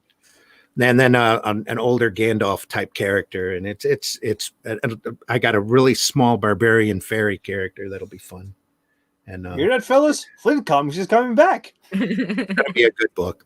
Yeah, and the artwork on it, I posted on Facebook yesterday that pure writer bliss is opening up your email in the morning and seeing a cover that's better than what you envisioned it as being, and it was like, dude, that's it right there. Yeah. If anything, you need to leave a little bit more space for the logo on the top, but other than that, oh my God, I love that. And it looks amazing. And you'll hear more about that as we go on. I really don't want to announce that book until we have some in the can, and we're not even first issue is probably going to come out in September, knock on wood. And it'll be fun. Anyway. So are we talking about like Diamond Distro? We are definitely you're getting your fisticuffs ready for them. No, I see. The reason I got out of comics, and we discussed this on Sunday Funnies, the reason I stopped doing comics on a regular basis because we kept butting heads with Diamond, and it all come down to Diamond just wanting to mistreat the alternative and independent guy just constantly. Hassle. So we're definitely going to be distributed through Liberty, which is Varian's company. We got a card for that. We ought to pop that up. We should be advertising more, and talking less just about me. Liberty Entertainment Distribution, that's www.ledg.us. He's already gathering a group of retailers together and will be offered through them at a good retail discount, better than what they would probably get from Diamond. Plus, there's a Liberty guarantee in that if you buy, some of the product from Liberty and it's not moving on your shelves, you can return it and trade it for other product that will. I actually found that pretty interesting because, so then that way it's like retailers don't feel like they're stuck. With books, or like they don't want to take a chance because if they don't sell, I can't return it. And it's like, well, another reason for you. Yeah. Another reason to resurrect Arrow, because we were always out there. We were always on time. Pretty much on time. And we kicked stuff out on a very regular basis. So it's not like, well, you're a new company and we don't know if you're even going to have an issue kind of thing. Yeah. It's like, no, we've more than done this before. We're going to keep kicking out product, and we're going to just, if it doesn't sell, then we'll stop it and we'll try something else until we get that combination that sells really well for the retailer. We want the retailer to move our stuff. So, Right. And then if other, because I just found out Critical Blast is got a distribution outlet. Alterna is starting their own distribution. I really don't want to deal with Diamond. I really don't, because of my association with them in the past. Yeah. When we did the last version of Arrow, I had Scott Moore, who had come in with me as listed as publisher, and his primary job was to deal with Diamond, because I was so done with them. And they're just, and we were still constantly banging our heads against the wall. We have the right to alter your submission description however we want to edit it, and we can print your picture. We don't have to give you a cover illustration at all if we don't want to, and we can print it the size of a smaller than a 10-cent postage stamp from the old 1920 days if we want to. Yeah, it's whatever we want. And yeah, and if you go back 2 Sunday Funnies ago to the first part of our Arrow description, there's a couple of great stories there about what we had to do in order to move product with Diamond, and I don't want to have to do that again. In the old war days. Yeah, no, they really were. They really were. Yeah, they really I heard about this infamous section too, and I'm like, oh damn, this is insane. What the fuck? Yeah, that was pretty much us dealing with Diamond. It's not the way you want to do business. Yeah, you want to do business so that everybody has a exchange of money on a regular basis, and everybody's happy. And you would think that the middleman would be out there to help both parties. Yeah, and in that case, I can't even say in my opinion, because that's the way it was. They're just not there for that. Yeah. Well, I'm heading towards the scary future of blockchain, so yeah, I got another thing to worry about. But as I keep saying, we are in the alternative and independent markets now. It's up to us to really start being creative and to start thinking outside of the box. Yeah, so exactly, as many distributors as possible just makes me happy. Yeah. When Arrow first started up, there were 27 comic distributors, direct market distributors that were moving product. And granted, they had their own little sections of their own territories, a lot of them mapped out, but we were moving product back in the old Arrow days, 20,000, 40,000. I think the smallest run that we had for Anniverse was 5,000. Then that was number 2, and that's because people hadn't seen number 1 before they ordered number 2. So we moved 5,000 ones, and I think 3,000 number 2s. Or no, I think it was 10,000 ones, 3,000. No, not 3. 5,000 2s, 15,000 3s, 20,000 4s, and 15,000 5s, and I think another 15,000 of number 6. So this is why independent publishers are crabby as F. Oh yeah, and and now with crowdfunding, we're actually able to move product out to people that want to read us, and the retailers get mad.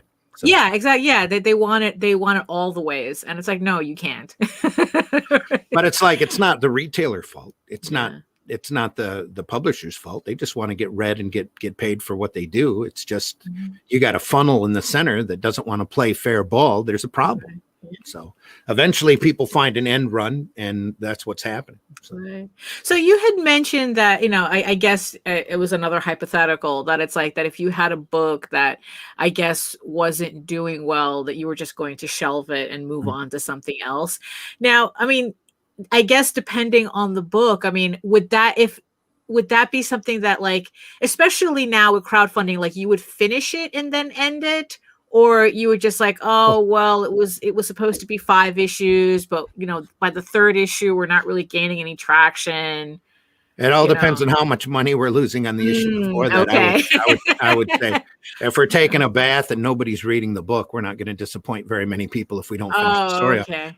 But again, if it's taking a bath, we can also sit on it for 6 months to a year and do a quick finish to it and collect it. And sell it as a book at shows forever. That's part of the fun of having multiple options, crowdfunding, direct market, or wherever else that we can possibly think of to distribute the book to. Right. So. Yeah, because it's like that was like the frustrating thing about a lot of the books back in the day, is that they would just disappear.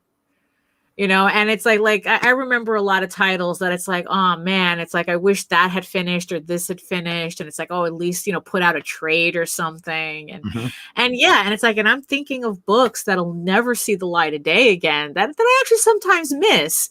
So I'm kind of, you know, so I was wondering if that was a thing. Well, our last book going out the door with Diamond that Diamond didn't take was a print-on-demand collection of properties that I had done before Arrow that were pretty complete, that I offered as a book called Zimm's Heroic Tales. And it had 3 superhero properties in it that I used as a sampler afterwards for a year or so. I only printed 150 because Diamond wouldn't give me a purchase order for it. And that I took around as a showcase of my stuff. This is what I'm capable of writing. I would really like to write one of these properties. I'd like to write them for you. And, you know, if you're interested, I would definitely like to talk to you about it. But, and there's still a couple of other superhero properties that I've been sitting on for a while that I desperately want to do and just haven't made the time or had the opportunity to do yet. But hey, you see Rob Liefeld's doing Mighty Crusaders. That's awesome. His version of the Shield, and I'm like, that's exactly the way the Shield ought to look. That's great. You know, I mean, Rob Liefeld. Well, yeah, you know, if you're going to draw the Shield, make him look big, you know. So yeah, but it's nice to see this stuff coming back around again, and having the opportunity to be able to produce books again that you want to do, that you think folks would want to read. Right. Yeah. And it's such a shame right now, especially with Marvel and DC, that they're literally being propped up by variant covers and have been for like the last decade. Yeah. Yeah. Because they just don't care about the interior books or trying to build up any kind of an audience. So. But there's still readers out there. That's what the newspaper showed me. If you make it accessible to people and they realize that it's going to be there, you will build a fan base. Yeah. You know, and you'll have people that actually want to be entertained by the stuff that you do. It's a cool thing. So my question will be then, will you incorporate sort of like a voting system so that people or the readers can vote whichever comics there are popular? Yes, it's actually called capitalism. Yeah. I was about to say, well, technically. No, capitalism aside, it will still be like just sort of creating an engagement with the... Hey, if you're moving multiple thousands of a book and people seem to, you know, you're getting some reaction off of it, it's like, hey, maybe we should keep doing... This is what keeps Indie Volt, the Indie Volt Media Group running with the podcasts that we do, because we get folks from all over the world. All of a sudden, I picked up a friend today, I think from India. There you go. Cash is king. Just, you know, and it's not, and it wasn't just a bad spam, please send me your money type of page. You go over, I check everybody out before I friend them to make sure that they're into comics, and it's amazing. It's amazing the amount of people and the quality of artwork that's out there. Just incredible. And they're all, I know that they're coming in because they're listening to us here. Right. Yeah. And I tell you our radio number right now, but Varian is gone hopefully to the doctor. So we hope everything's going well. Yeah, we hope that it's for V, and he's got all those numbers over at his house. So yeah, like my favorite comics YouTubers are from different countries. For the Love of Comics from India, who's an editor with his wife. And he's like mad deep in love with comics. And then there's Earl Grey, who's doing his own like basement collection reviews of comics. Really? That's cool. Yeah, you should totally check them out. They're a blast, like watching and hearing the consumer opinion of. I love comics kayfabe, but I can't watch them. I can't watch them while I'm working because I don't get any work done. Yeah, I've been shadow banned by them. Oh, have you? I'm sorry, Jake. I don't know what I said. You're a troublemaker. That's why. I guess I turned that. You thought you were being funny, and lo and behold, shit. over there didn't have a sense of humor. Yeah, I guess Ed Pisco got pissed off. Yeah. I'm sorry. They don't know you like we know you. I'm sorry to hear that, man. That's really cool, man. It's really cool, man. I mean, I'll still going to buy that Red Room comic though when it gets a trade paper. So yeah, I'm not going to be mad. What they need to do is just make a little video opening, like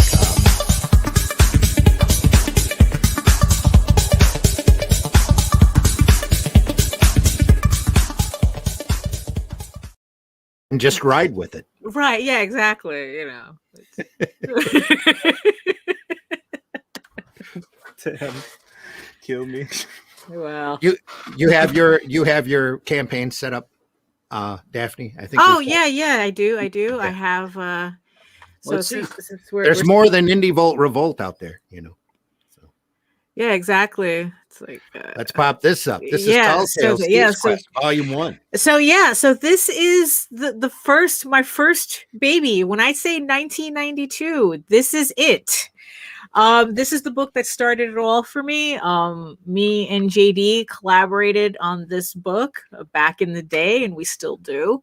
And we're finally re-releasing this series from the beginning. So for everybody who were kind of intimidated at the fact that this is over 1,000 pages worth of material and didn't know where to start, well, this right here is where you start. We're literally starting from issue 1 of Thieves' Quest, which is the first story arc, which introduces our characters, a group of friends and warriors who are on a mission to retrieve a magical stolen artifact called the Great Seal of Iberion that was stolen from their benefactor. And in the middle of what was supposed to be a really quick, snatch and go, I guess, because, oh, this is easy. They end up inadvertently in the middle of a war between the rats and the trolls. And this is where it all starts. So is it like this? We're putting the band back together. Forget it. No way. We're on a mission from God. Hold it. What's this? Waiter. Is it kind of like that? Hell yeah. We got the car and everything. We're putting the band back together. No, this is exactly what it is. So if I also have I'm proofing the BuZz Brothers of furry fantasy comics. Yeah, exactly. So look, I am not mad. The only thing we don't have is musical numbers and Ray Charles. That's all we don't have. But oh shit! Now I just ruined my what is it called? Soul music, the Terry Pratchett book. But yeah, this is, and mind you, keeping with today's theme, this is the original Arrow baby. I mean, if I could find it, if I can find the original, like some of the original artwork we did for Tall Tales, they were literally based on the Realm #1. It's like JD brought me the Realm #1 and he goes, I need you to make a cover that looks exactly like this. Oh, that was the great Sandy Schreiber colors, Sandy Bradford. Yeah, so it's like did a beautiful color job on that cover. Yeah, so it's like so it's like if you were into the Realm, if you were into Arrow comics, and then later on Tales from the Aniverse, this is the book to pick up, because it's like the DNA of those books are in this one.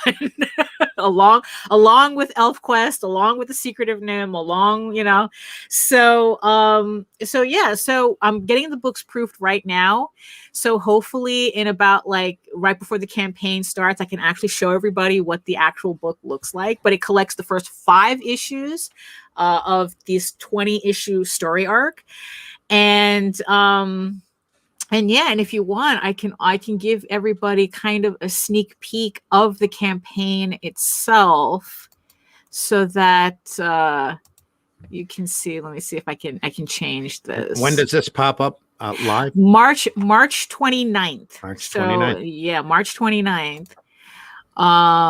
Let's see. And how thick of a product is this going to be? Let me see.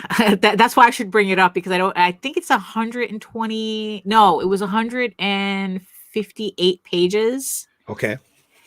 Yeah. So let me share another screen here. Hold on. Let me share another screen. Let's see. All right. Edit. Okay, here we go. Okay, so this is a sneak peek of the campaign itself. Only 30 days to go. Anyway. Yeah, no. This campaign is not live. It will go live in 11 days. You'll have 30 days to go. Yeah, right. Exactly. Exactly. That's exactly how it's working. And so this is the campaign, and so this is our Thieves Quest Volume 1, and these are our cast of characters, as you can see here. And now the book is in black and white. We're we're sticking completely with the original vision for this book. And this is the cover. This is the remastered cover. It's technically the original cover that I did maybe like 20 years ago. I just tweaked the inking and redid the coloring. I think it still works. So why reinvent the wheel? So it has a new remastered cover. This is a mock-up of the book. I don't think it's going to be as thick as it looks there. But that's why I'm getting the proofs done. I was going to say it looks really close to the phone book that you sent me. Right? Yeah. No. This is just a quick mock-up. So, like I said, this is still we're still looking at the back end of the of the campaign. So this will be tweaked once I get the actual proof back from. Oh, so here we go. It's 144 pages. So yeah, it collects the series from the beginning, the first 5 black and white issues. 144 pages. And what's special for us is that this is the first time it's going to be offered in comic book size. So it's going to be exactly the way we meant it to be. Not digest size, not manga size. It's going to be comic book size. And if you want to know more about the entire series, I do have a video here from my YouTube channel that explains the entire story. So you have the 30-second preview up on top, and then you have, I think this is like a 15-minute video about the entire story. So you're longer winded than I am. Well, there's a lot going on. So at least this way you can watch it at your leisure, So we're going to have, the digital only rewards, and we're going to have like the physical and PDF versions. Everything comes with a PDF. And for those of you not familiar, we also have a vinyl toy that we are also offering. I think it's about like 7 inches tall. And it moves at the arms and the waist, and it's a neat vinyl toy that we had made. So we have a tier for that. We also have suitable for setting up in your cubicle. Yes, absolutely. To threaten your fellow employees. Absolutely. Yes. And then it's like we also have original art editions where if you buy the trade, you can also get a random sketch cover from one of our other series. So you'll either get a sketch cover from our other books, Tall Tales The Peacekeepers, or Tall Tales Tears of the Mother, or our One Shot or So I Thought. So you can get a random sketch cover there. We have a tier with everything, with the sketch and the toy. And we also have stretch goals, which is going to be, at 2,000 is going to be this sticker about 4 inches. And then we have trading cards. We're going to have a trading card. We're pulling an Anthony. We're doing a trading card. We also have the metal metal bookmark. A metal bookmark, because we loved it when we saw it in Anthony's campaign. That was pretty. It was pretty. Yeah. Yeah. So we're having some metal trading cards proofed right now. So I'm really looking forward to getting that too. But we're definitely going to have a metal bookmark. And then we have the add-ons. So, because like I said, Kickstarter finally allowed me to have add-ons. So now I'm taking full advantage. And as you can see here, that all comes down to the advantages of competition, unlike what Diamond believes in. Because when you see Kickstarter has a competitor that has a special bell or whistle, yeah, exactly, suddenly they have to add that bell or whistle too. No, absolutely. This was something that I've been filling out all their surveys to get the add-ons, because it just makes it so much easier to offer stuff without having like a billion tiers. So as you can see, we have different variants, colorways of our vinyl toy that you can add onto your orders as a add-on, and that's pretty much what we're having so far. Like I said, I'm just waiting for the proof to come back, and I'm going to tweak this a little more. But at the moment, you can sign up at our at our pre-launch page at talltalesonline.com, and you'll get notified when the campaign goes live March 29th. So yeah, so not even like 2 weeks, a week and a half. 11 days. Yeah. 11 days. 11 days. So yeah. So that's what's going on with me right now. And you're only going to run it for 30 days. Yeah, we're only going to run for 30 days. Yes. So yeah, and it's like, and I think that the stretch goal is pretty modest for the type of book that we're offering. So it's getting printed. It's getting printed. And I'm very excited about this. It's cool too, because you get a lot of reading, and this is all stuff that was out, 25 years ago? Yeah. It's like this is what we started in 1992, 1993. So yeah, I mean, it's like, so whenever I'm on a show and I'm talking about Tall Tales, this is what I'm talking about. And now here's the opportunity for everybody to start it from the beginning, so you guys all know what I'm talking about. Now, do you have any wish to kick this out in color? Yes. Eventually, that is the goal. Also in the plan. Yeah, okay. Also in the plan. Because it's like, especially nowadays, color is a lot easier to do now.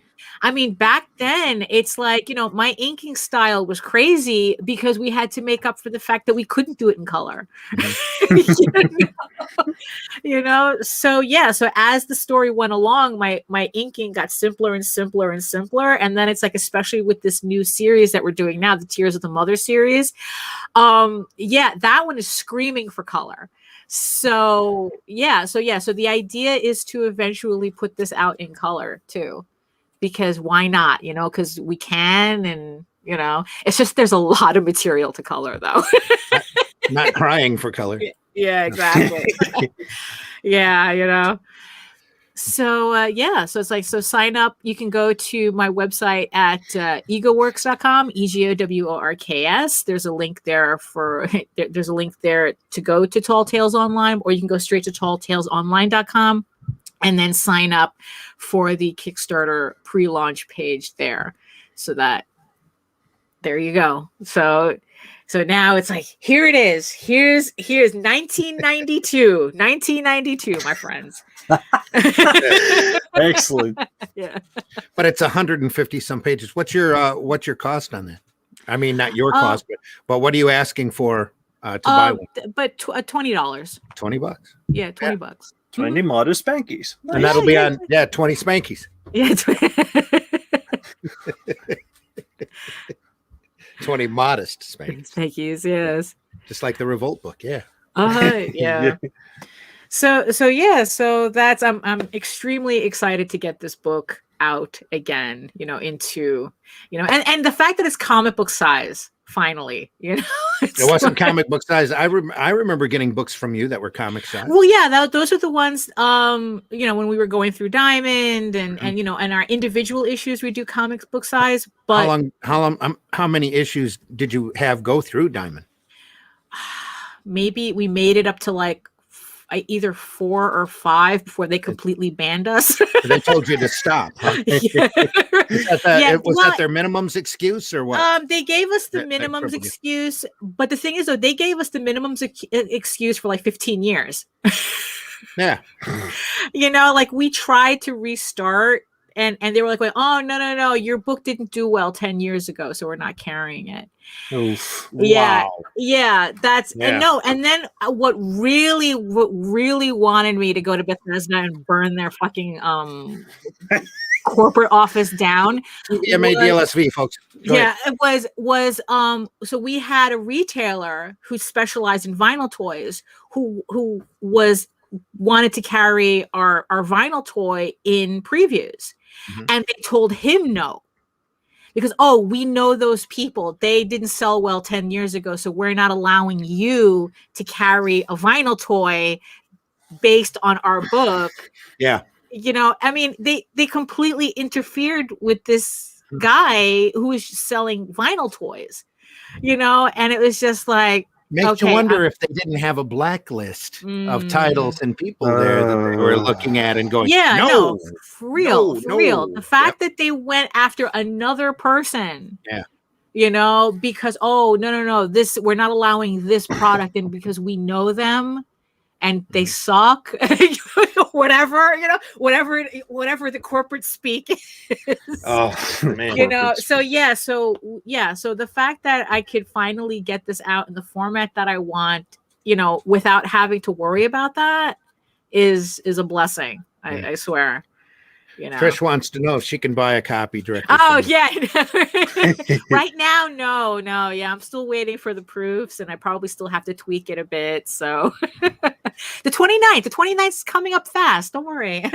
These logistical nightmares reminds me of a reference from one of my favorite games, Fallout New Vegas. This is one of my favorite characters who says, "We can't expect God to do all the work." Yeah, exactly. It's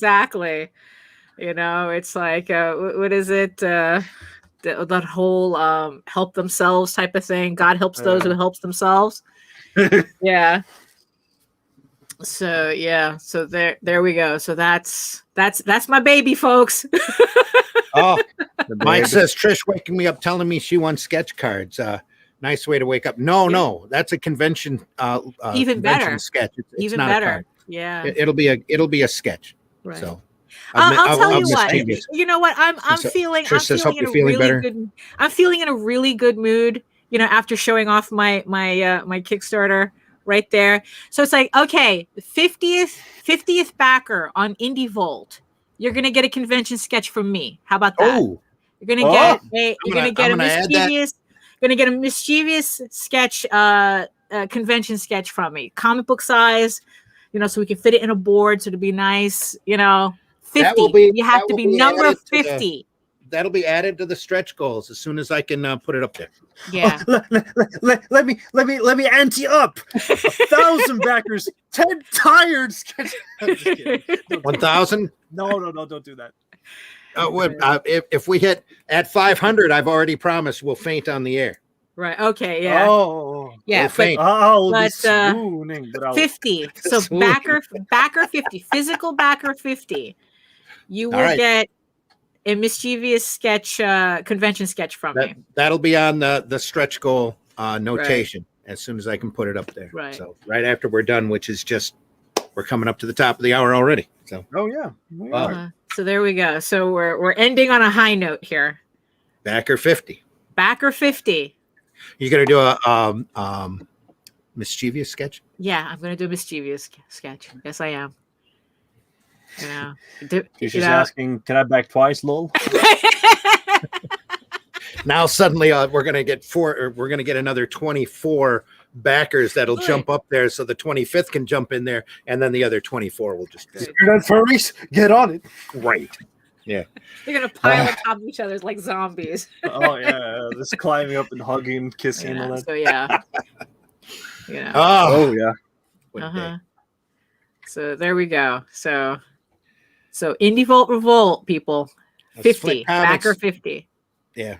Joe says Flint Comics presents sponsored by Arrow Comics. I'll tell you what, Joe, something that I would love to do. I would love for Liberty to get a retailer list up there to the point where we were comfortable to offer to do, because I would love to do a Flint Comics type paper for the retail market, because I really think DC blew their opportunity with Wednesday Comics, because I know how inexpensive this is to print. And they were selling that baby for $4 a hit, and they were making bank on that. So I wouldn't even offer it. I would offer it for whatever low price I possibly could. But we do and this is an opportunity that Mr. Cliff Biggers at Comic Shop News has been missing out on for, I think, how long's Comic Shop News been coming out? A couple decades, about doing a product that looks in that format a little thicker, that'll fit into a comic bag, because this format here slides into a magazine bag real easy, and it's very collectible. I had a lot of people, I still have people tell me, I have a whole collection of the Flint comics that came out because I hunted them down and got them because and he still lets his kids read them to this. And we haven't been out for 2 years, But the strips that we printed in there, the stories that we put in there are evergreen. You can read them 10 years from now and enjoy them. I reprinted Mutt and Jeff comic strips from the 1920s in this paper, and they were just as funny as they were back in the 20s. Because Mutt and Jeff is a real it's really an evergreen strip. That's why you see it reprinted over and over again, because it's two guys. One guy's married and has to deal with married life, and the other guy is out trying to find a job, and he trying to find a girlfriend and constantly dating. So it's the age-old struggles of life, and a lot of that stuff is evergreen. But I would love to do a comic paper for the retail market on a we'd kick that out every week if we could. I'm going to take a page of Eric Hudson and say that will hit big in the dispensaries. Yes. That yeah, too. it would. It would. Yeah. That, you can be distributed wherever. That's leads me to a question about Surge. That direct market, the direct comic market, a lot of it sprung out of head shops, and the whole underground movement was in marijuana paraphernalia shops. That's how those undergrounds used to get distributed. That's a precursor to the direct market. The urban folklore that I heard was it was sold in baby strollers in Ashbury. No, high in Ashbury. Oh no! Originally, yes. Yeah. That was one that Robert Crumb would take it in a baby carriage and sell it to the street. I know that's why I brought it up, but still, I think Trina told that story. Yeah, she did. Yeah. Walking around with a pram, Pram, yeah. Joe says, Daphne, I'm not angry about the $20. Varian set me up to mention that court case, which I knew was rant material. Besides, you have more self-control, especially when you were told he's going for that. You're right. Okay. Yeah, that was the and he's laughing. He's right. Yeah, we were talking about cancel culture and stuff, and and the whole just to be really quick about it, it's like the people acting like cancel culture is a recent thing, and I showed him the page Castillo versus Texas, where this I think this happened like in the 90s or something, where a dude a retailer almost went to prison for selling an adult comic to an adult in a comic book store, to an adult. Yeah. And so it's like, look, cancel culture has always been with us. It's just the targets are different, but, Nita says, hey, yeah, a lot better, but still not well. Nita's the one that was sick. Okay. Oh, okay. The past 2 weeks have been hell. Oh, sorry, Nita. I'm sorry to hear that. But I'm on the mend now. Good to know. That's coming back with that fire. Uh-huh. Fire. All good. I'm still proofing. I'm so glad I didn't go with Diamond when they approached me in the early 2000s. Yeah, no, that you wouldn't have, honestly, the way that you wouldn't have lasted an issue, because it's like they would have like, oh yeah, come on in, and then the second issue is like, oh no, you they would have pulled a Netflix on you. I bumped into a Diamond rep who was actually traveling from retail shop to retail shop, and he said, you should resubmit to Diamond. We'll carry your stuff. Oh, and I said, no. I said, you know what? I just had a book resolicited through you from Caliber, the War of the Worlds book that was in a trade. And I got a fair deal, a percentage from Eric for doing that. And then Eric deducted, of course, the cost of printing and my share of the ad. It wasn't even the whole ad at Diamond, because Diamond would only gatekeep Caliber, who has hundreds of product, only 5 issues a month. That's all that they could solicit through. And War of the Worlds was one of those books he took out a full page ad and that I had to pay a fifth of, and I knew up front, and that was fine. Right. But once I got my sales figure from them and I saw the dollar amounts, this much went for printing, this much went for an ad for Diamond, this is how much you get back. I told that rep, I says, look, I got a good percentage from Eric, but I know for a fact that once everything was tallied up, I made you more money than you made me. Oh no, the reps were more than happy to talk to us. My percentage of the ad was more money than I got back from the royalty for the book. And I'm like, no. Yeah. Oh no, those reps. Yeah. Every convention, every time we went out to San Diego, those reps would be like, oh, how you doing? And this, that, and the other thing. And I'm sitting there going, yeah. Nice, like, nice company you got there, buddy. It's like, do you talk to your to your other departments? you know, because I got something to tell you right here. You know, it's like, yeah, it's like oblivious. Yeah. Oh, we could still carry you. And now, what was it, 2 or 3 weeks ago, they shut down one of the 3 hub warehouses that they have left. Diamond. Yeah, 3 weeks ago. Like, yeah, baby, you're making money. Yeah. Anyway, guess what? If you changed your policies, you could have, if you had been just like Marvel and DC, don't get me started. This is another soapbox. Yeah, exactly. If they had cared about the market would be completely different from what it is now. And retailers would be a hell of a lot stronger if they had just cared. That's the disgusting thing. Anyway, but now, you know, they get people up there that are either bean counters or it's not really worth their while to carry you. Yeah, exactly. Conglomerate penis tastes better. What can I say? Yeah, exactly. Right. Yeah. We're TVMA DLSV, folks. Yeah. So ready for Tall Tales. I am so ready. Like I am pumped for this trade. I am pumped. Everybody's tall. Mike says, so if we time this right, Trish can be 25 and I can get number 50. Oh, that's cool. You're going to like Mischievous then. So that's awesome. Cancel culture is not new. Yeah. Now a bunch of self-proclaimed idiots on Twitter are being listened to by those in power. Yeah. Sure, it's not new, but it has become more like a witch burning mob. Yes, it has. Yeah. Can't argue with that, right? Well, you see, what's funny is that you see the thing about witch burnings is that witches aren't real. So it's like, you know, so it's like, you know, yeah. So people are literally having their lives upended over stuff that's not real. You know, that's the crazy thing. Russ wants to know if there'll be international shipping.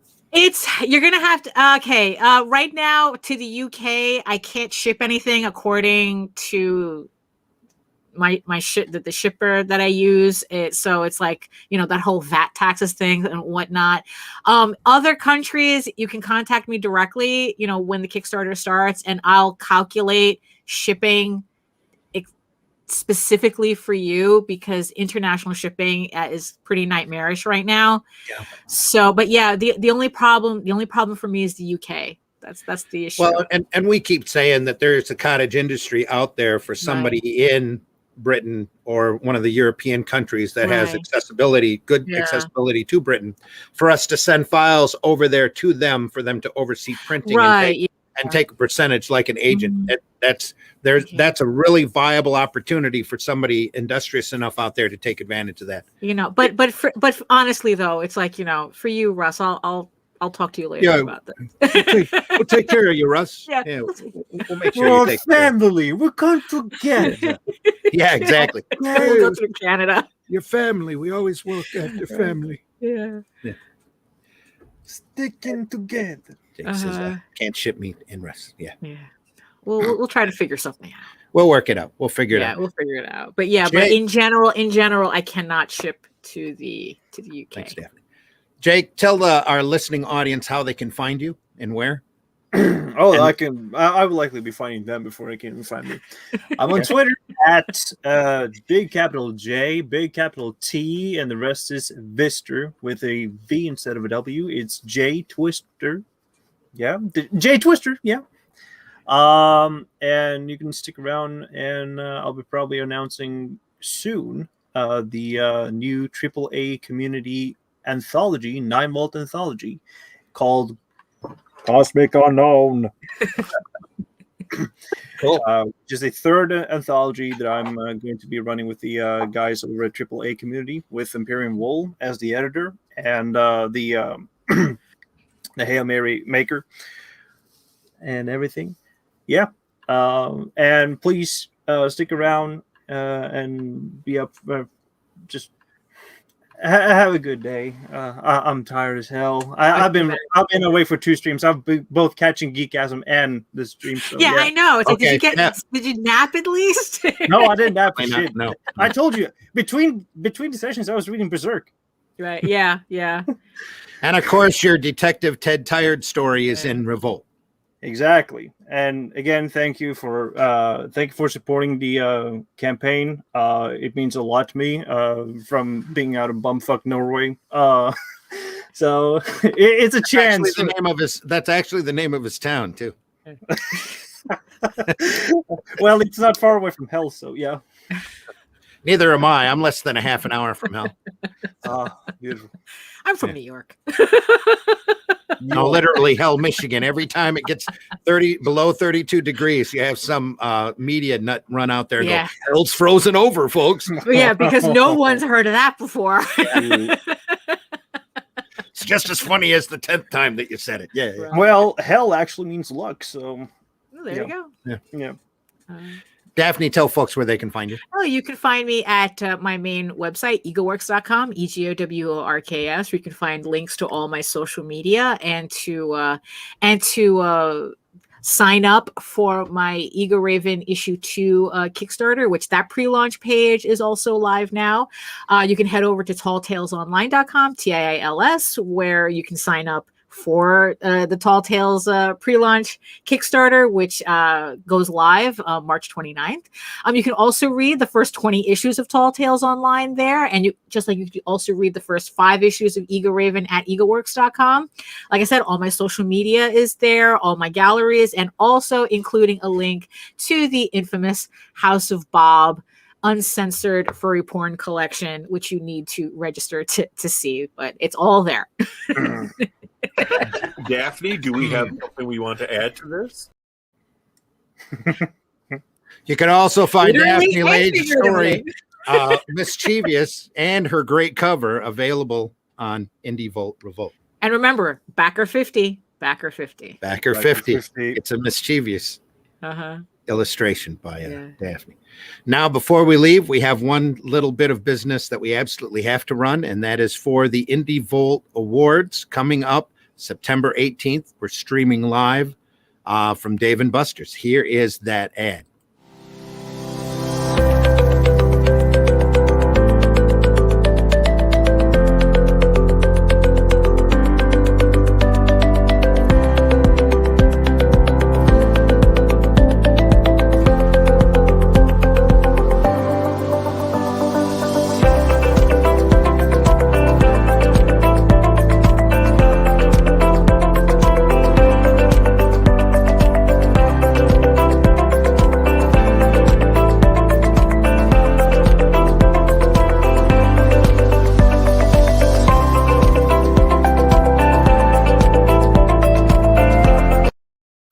And it always ends so abruptly.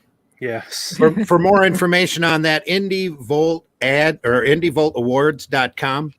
It's really shaping up to be a nice presentation. It'll be on September 18th. We'll be streaming it live wherever we possibly can. And it's going to be a nice little affair. And we're doing it in order to raise awareness for alternative and independent comics. It is a judged event. There is a small entry fee, which goes for Autism Speaks.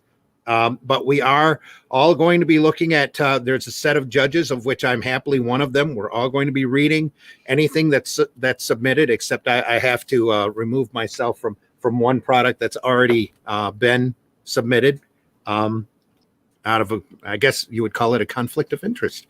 But other than that, it's a prejudged event, except there will be one fan award. That'll be a popularity contest or a highest vote of books that you haven't, I think it's books you haven't seen yet or something along that line that we're really looking forward to. But the majority of it is going to be a judged event in order to raise awareness for the quality and raise the quality level for alternative and independent comics. So it's very important to us. We're happy to do it. It's something that Varian has been working on literally for the last 2 years.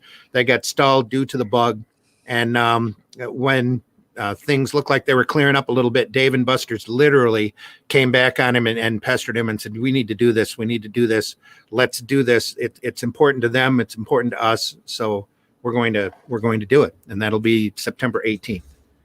So other than that, I've been your host, Randy Zimmerman, and you can find me on Facebook under Randy Zimmerman. You can find me occasionally over on Twitter as Randy Zim, though I'm not up there very often. I have to warn you. And then other than that, there's the Arrow 4.0 channel on YouTube, where we're posting videos about the products that we're doing. And I've got a cartoon instructional we're going to be putting up here shortly that we're going to do. It's a fun little channel with a lot of different articles. Whenever we're not talking about what Arrow 4.0 is doing, there's a critique about comics or cartoon instructional on how to draw your favorite oddball cartoon character, which I like to do. Plus, we have the Arrow 4.0 page over on Facebook where we're making all of our announcements. We'll be showing more art. There's more Revolt art over there that'll be going up shortly, and more talk about that. Please don't forget to back the Indie Revolt sequential art collection over on Indiegogo. It's very important for all of us that you get to read some of our stuff, and it's not all, but most of the Indie Volt contributors all getting together into one book telling short stories, beginning, middle, and ends. The book is constantly growing. The more backers we get, the thicker that book's going to become. Thanks to print on demand, we're not afraid to make a large volume out of this, and we really would like to at the same price that you're buying in for. So it'll be a lot of fun. And then Arrow, of course, will be coming back later on this fall with a regular schedule of books. We also want to point out that we welcome your comments at IndieVolt Live at indievolt.com. Please include IndieVolt Live in your subject line, and please keep those emails to 90 words or less so that Varian can type them on a card. We're hoping that Varian is feeling better, and that he made his doctor's appointment today. Where there's also IndieVolt TV on your Roku box. And IndieVolt will have some original programming coming up there shortly, as well as other podcasts that might be a little, a little bit too hard for YouTube to carry. We keep threatening to do more original podcast programming for that channel, but someday we'll do that. We should. We always promise. Yeah. Yep. Other than that, you're going to find me back on, and maybe Daphne back on Sunday morning. Are you coming back Sunday morning? As long if it, as long as your house holds up. Yeah, as long as the house stands up. Yeah, we're good. That's the Sunday Funnies, where we talk about the lighter, more whimsical side of comics at 9 a.m. on Sunday morning Eastern Standard Time, and then we're back again for the regular Livewire IndieVolt podcast at 9 p.m. on Tuesdays. That's 9 p.m. Eastern Standard Time. Also on Mondays at 9 p.m., there is It Came From Webtoons, hosted by Eric Hodson, that talks about digital comics, not just from Webtoons, but also from Tapas and maybe some other places, wherever Eric can find them. And then Wednesday nights also, there is the Geekgasm program ran by the Indie Princess that Daphne hosts a lot of times, as well as other female media artists that come on. Hopefully it's genre and geek talk from a female perspective on that show. It was a very good show last night too. That was, yes. Yeah.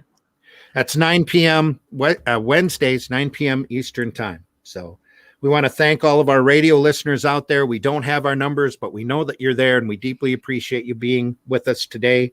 We'll be back again for the Breakfast Buzz Thursday at 9 a.m. next Thursday. Probably a little more coordinated than today. Maybe. On our way out the door, we want to remind you of the immortal words of Jack Kirby, who tells us all, kid, comics will break your heart. Jack Kirby. And we wouldn't have it any other way. You wouldn't have it any other way. It gets in the blood. It's in your blood, isn't it, Jake? It's in your blood. Oh, the lead poisoning. Fuck. Yes, exactly. Yep. We want to remind folks again about Liberty Entertainment Distribution. That's www.ledg.us. If you're a retailer out there, you definitely want to look at that. If you are an independent publisher, no matter where you're at, you want to take a look at Liberty Entertainment Distribution. They will be distributing to retailers wherever they may, comic shop retailers, wherever they may find them, or retailers in general, wherever they can get their hands on them. So again, don't forget IndieVolt Revolt over on Indiegogo. And I think that's it, everybody. We deeply appreciate you being with us today as we're going out the door. Let's see who's there. Nita. Nita's got a happy face. Jake talks a lot in the chat. And then Joe says, great show. Thank you, Joe, very much. We were a little worried there in the beginning, but I knew it's only 2 hours. So we can talk for 2 hours. It's getting to be old hat anymore. But we just passed the second anniversary of the IndieVolt podcast. So that was on the 12th. Yeah. And we deeply appreciate everybody listening. We hope you have a great rest of your week. We'll see you on Sunday, hopefully.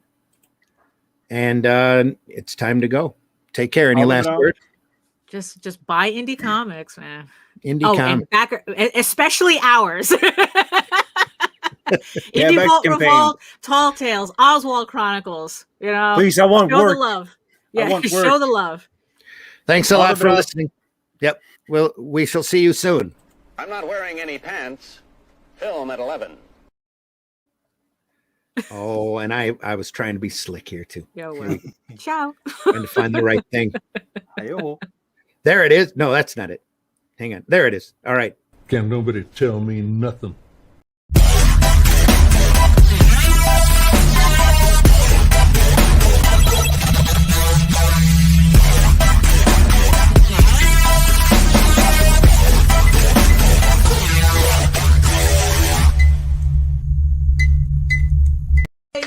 Yay!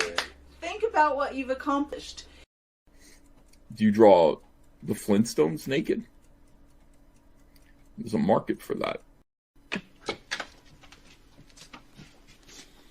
Bye, Jack.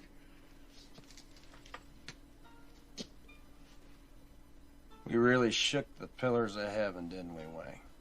No horseshit, Jack.